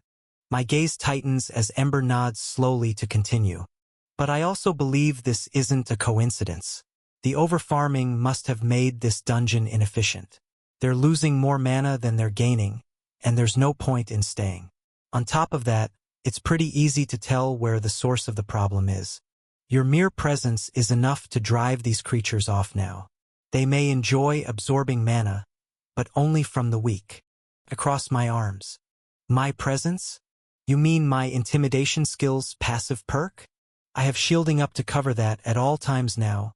Lower-level mobs can't even sense my presence. Ember nods. True, but high-level beings can. The fact that you're using such dense mana instinctively to shield a simple passive buff is more than enough of a tell that you're an extremely strong ranked-up hunter. I raise an eyebrow as Ember keeps explaining. On top of that, any ranked-up monster or hunter with basic levels of mana senses can tell you're no ordinary being. The mana radiating off your body at all times is incredibly immense. The only time it's truly covered up is when your legendary stealth skill is activated. That seems to be a problem. I knew other strong hunters could sense my presence when I'm not actively hiding it, but is it really that accurate? You're saying any hunter with high mana perception can tell how strong I am just from being nearby, even if I don't have any buffs or skills activated. Ember nods slowly. Not entirely, of course. If you're not in full battle mode, they cannot sense your full power. However, most hunters don't have countless skills to buff their mana output above their average control. The refined eye of a strong hunter can make a fairly good estimate of your base level mana control even when no mana is being actively used. When you look at other hunters or even monsters, you can get a sense of their mana control even before the battle begins, right? I think back to some of the recent monsters I've faced off against. Their mana control levels are so far below mine, and the fact that I've had a trump card of Chi, Demonic Energy, or my Red Hydra's buff for so long, I haven't paid close attention to the mana bases of my opponents until they strike or put up shielding of their own. However, the faint white glow that emanates around hunters about level 400 or so and above does come to mind. Stolen Story. Please report. It's a passive perception ability I've had ever since absorbing that Blue Ogre's essence in Solara. No special skill on my status or anything, just the fact that my baseline mana control got high enough to see the world in a different light. Even without my all-seeing eye, it is possible to sense mana on individuals that have high amounts of it. I respond to Ember's question after thinking deeply on the matter. Yes, you're right. I can. So what you're saying is that my natural aura is scaring away the Titans. I'm not certain, but it could be a major factor. Especially after the last training session you had, your natural mana control base raised by over 2.5 times. I can sense the difference like night and day. It could be why the rift started closing faster since you revealed your new control level in the dungeon this morning.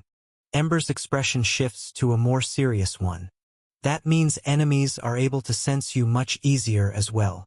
I think about this for a moment too, picturing a fabricated image in my mind of a massive pillar of invisible white energy shooting into the sky in the middle of Valor City as I walk around casually through the walls using only my concealment skill, and my stomach churns. So the only time my presence is truly concealed is when using stealth, and even then, someone with high mana control could still see through my ability. I've been walking around with a massive target on my back all this time. Ember nods again. There's really no helping it. All strong lifeforms can sense the presence of other strong lifeforms. However, now that you're a Chi user, I could teach you how to use a technique called mana suppression if you wish. If your goal is to blend in and seem weaker than you really are or control your mana output at will, this would be the way to do it. My eyes widen as I've heard Ember speak of this mana suppression technique in the past. But he also mentioned I was far too inexperienced back then to learn it. Everything Ember is saying is true. I can sense beings that have awakened a high enough mana control, so there's no reason for others not to be able to do it too.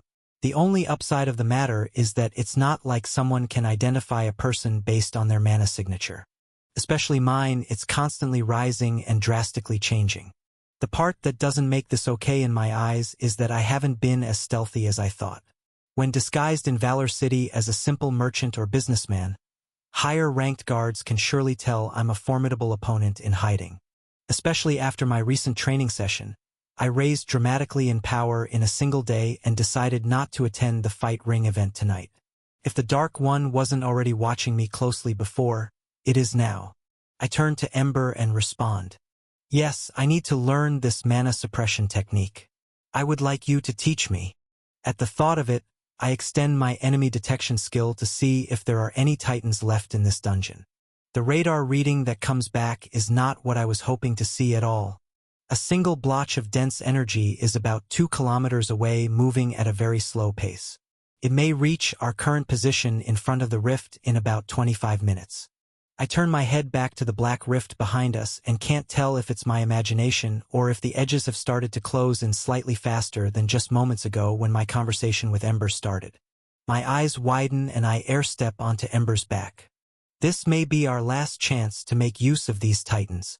It would have been nice to stock up on more materials for a long session, but there's no time. I have some extra and used clothes, leftover blankets, miscellaneous items, and months' worth of food and water still left over from last time. The fact that my high mana control reduces the amount of food and water I need to consume is a major plus. It's more than enough. It just won't be as comfortable as my last session. I activate Dungeon Walker to spawn up about 500 meters in the air, right outside the energy blotch on my enemy detection radar. The last Titan, with long swaying limbs and slow, steady moving footsteps, is silently making its way toward the closing rift. Ember responds as he dive bombs downward at the huge mass of black energy. Yes, it looks like we made the final one. Panic. We'll have to use it wisely, and make sure we get out before it leaves through the rift with us inside. Very good point. I create 2 body doubles right before we plunge into the dark void.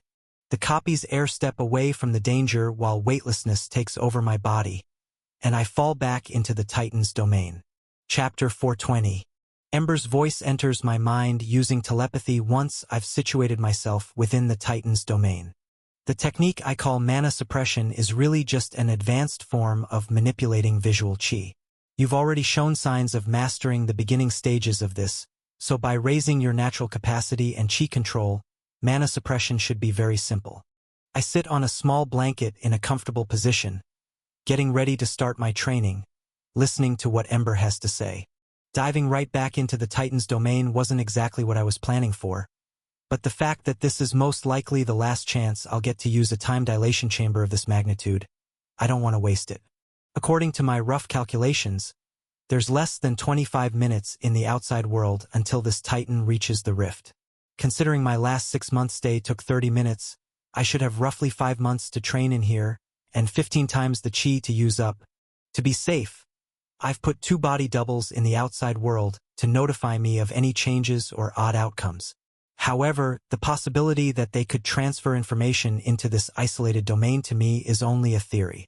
To be safe, if I don't get any signals, I'll begin collapsing the space in 4 months. Ember continues the lesson once I shake myself out of my thoughts. Let me show you what I mean in a practical sense. Allow your chi to flow out of your body just like you do when you swing a sword attack. I do as Ember says, calming my eyes and allowing waves of chi to flow from my core into my fists. I'm unable to release large amounts of visual chi, but in highly dense areas, particles of energy do flow out, especially in the heat of intense battle. Both of my fists glow white-hot with energy, and tiny particles begin to make a mist around them the longer I hold them in the same place. Very good. This is a perfect starting point. The energy being released around your hands will act as a veil to suppress your natural mana output. It is in a very weak form right now because your capacity and control are lacking. However, imagine if you allowed your entire body to be covered in a blanket of energy like this. I picture Ember's words in my mind's eye, contemplating how much extra energy I would need to be constantly putting out to keep a wave of chi continuously flowing around my entire body. Then, I pull out the silver case that Monk gave me and open it with a click. Inside, a sea of bright white chi pills looks back at me, and I speak up. There's 150 pills. That's 15 times more than my previous training session. However, it's possible I have less time. You know better than me. I'd like a strict outline and training plan on how to hit my goals before our time runs out. Ember shows a toothy grin and nods. Only time will tell. We'll do training in 3 different segments, that is, after your initial segment of flooding the entire room with chi. Considering your current base and mana control, you're still not strong enough to handle this amount of energy. So, the first order of business once the room is ready and actual training begins will be 48 hours of chi gathering and mana control training. Similar to your previous time in the domain, you will just circulate chi through your body while all of your buffs are on the highest capacity possible while not building up fatigue. Small water breaks will be permitted, but no other distractions like food or entertainment. I nod as this sounds reasonable and very productive. Next, you'll spend 24 hours on focusing visual chi to your extremities. Your fists and feet will be first, but the goal is to be constantly expanding the range of coverage.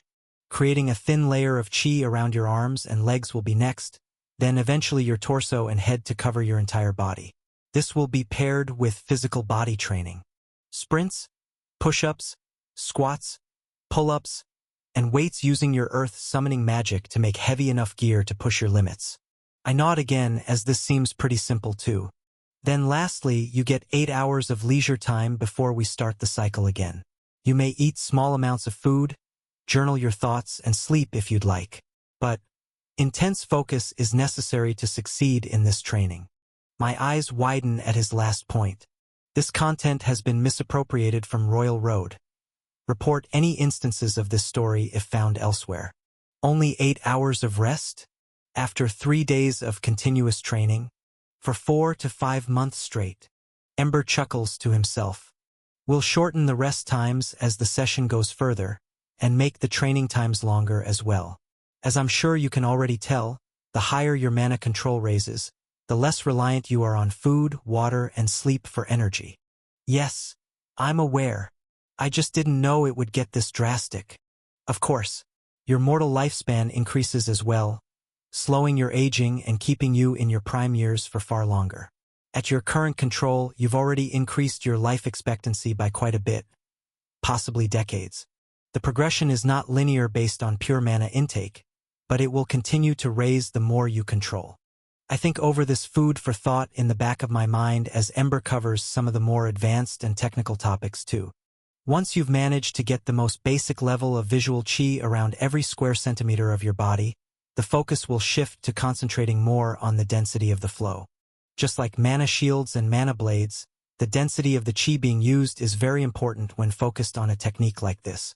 At first, we'll work on making the qi as dense as possible, but that will naturally come in the gathering and channeling portion of training. Once it can fully cover your body, I want you to make incremental densities to get used to switching between them, like low, medium, high, and extremely high. Why's that? Wouldn't it just be best to refine my skills in the highest density possible? What's the point of having different ones? It's very simple, actually. Once you've coated your body in a layer of qi of extremely high density, little to no mana can escape through the microscopic holes no matter how hard they try to put out. Non-qi users are unable to sense qi energy at all, so to their mana senses, only the amount of mana you let out is your perceived true control. The corner of my lip turns up as I realize exactly where Ember is headed with this explanation. He continues, so, if you were to walk by an elite hunter with an extremely high qi barrier, they may just think you're an unawakened hunter with little to no qi in your body. However, maybe you'd like them to think you're at their same level? Just using a high or medium grade barrier will be thinner and allow more of your natural mana control to seep through. Training multiple barrier densities once you've progressed this far will not only help with your overall qi control, but give you built-in skills and predetermined natural settings to conceal your true power. At this final point, everything makes sense, and I have a clear goal in mind ahead of me. I rehashed the details of my training a few more times in excruciating detail with Ember, noting certain points and extra tidbits in my journal before letting Ember fly back into my item storage to wait for my updates. We agree that letting him stay out in the open may drain away precious qi in the atmosphere that could be put toward my training. So I'll let him out after the end of every training cycle to give me tips and oversee my progress. See you soon. Best of luck, Master. Considering the qi in the room didn't dissipate until I absorbed most of it in my last session, the odds are it will be exactly the same this time as well. One after another, I begin taking the qi pills and oversaturating my body with energy every time enough qi leaves my body to handle another. Meanwhile, I sit in the lotus position, gathering the qi that is building up in the atmosphere and keeping all of my buffs at a cool and controlled rate while constantly self-regenerating my fatigue. This goes on for a few days before 145 pills are used up to fill the entire room with a dense cloud of qi so energy-packed every breath feels as if it's rejuvenating my core. The rate of absorption far surpasses what it was before. The density of qi in this room is almost 15 times what it was the last time I trained, and almost 50 times that of what it feels like inside the training rooms back at the monastery. The qi in the air in the outside world is immeasurably low compared to the prime environment I'm training in right now. I place the remaining 5 pills back into my storage as an emergency energy bank and get to work. 9 full training cycles pass, meaning about a month in domain time, and the progress moves exactly as Ember outlined for me. In just a month, my qi capacity has raised just over 50%, and my mana control is steadily rising at the same rate as my previous session. About 400 million MP absorbed in just over a month. Both are incredibly immense increases. But the qi capacity is the most impressive part. This is the most noticeable change. I've added more pure qi to my capacity in 1 month than I did in a full 6 months of training during my last Titan's domain session. Every time I finish a cycle, Ember checks my progress, and the white glow I managed to cover my hands has slowly expanded to my extremities and just barely covers my head and torso. The progress is very motivating. Ember's words resonate in my mind as he increased each training period by 1 full day and taking 2 hours away from my rest time, making it 3 days gathering, 2 days working on my qi barrier, and 6 hours of sleep and leisure time. This intense training continues for 2 more months. My qi base adds an additional 90%, making a 140% increase since the start of this entire session, and my mana control raises by another 1 billion MP. At this point, some of the qi in the room is beginning to thin out just like the last time I trained here. Some seeps through the walls, but most of it is being gathered by me and used up in my training to flow back into the atmosphere. I've gotten to the point where I can actually control the flow of qi on the outside of my body. It feels as if it's a thin layer of malleable and flowing skin attached to me as an extension of myself rather than just particles that are floating away. It is difficult to maintain it for long periods of time, but holding its form is what my training mostly consists of now. 3 days gathering, 3 days controlling my chi veil, and 5.5 hours of downtime. I've gotten into a very productive rhythm, but the clock is still ticking away. I want to master this before my time runs out. Everything seems to be going according to plan until one day mid-gathering session. The memories of one of my now deceased body doubles come rushing back to me.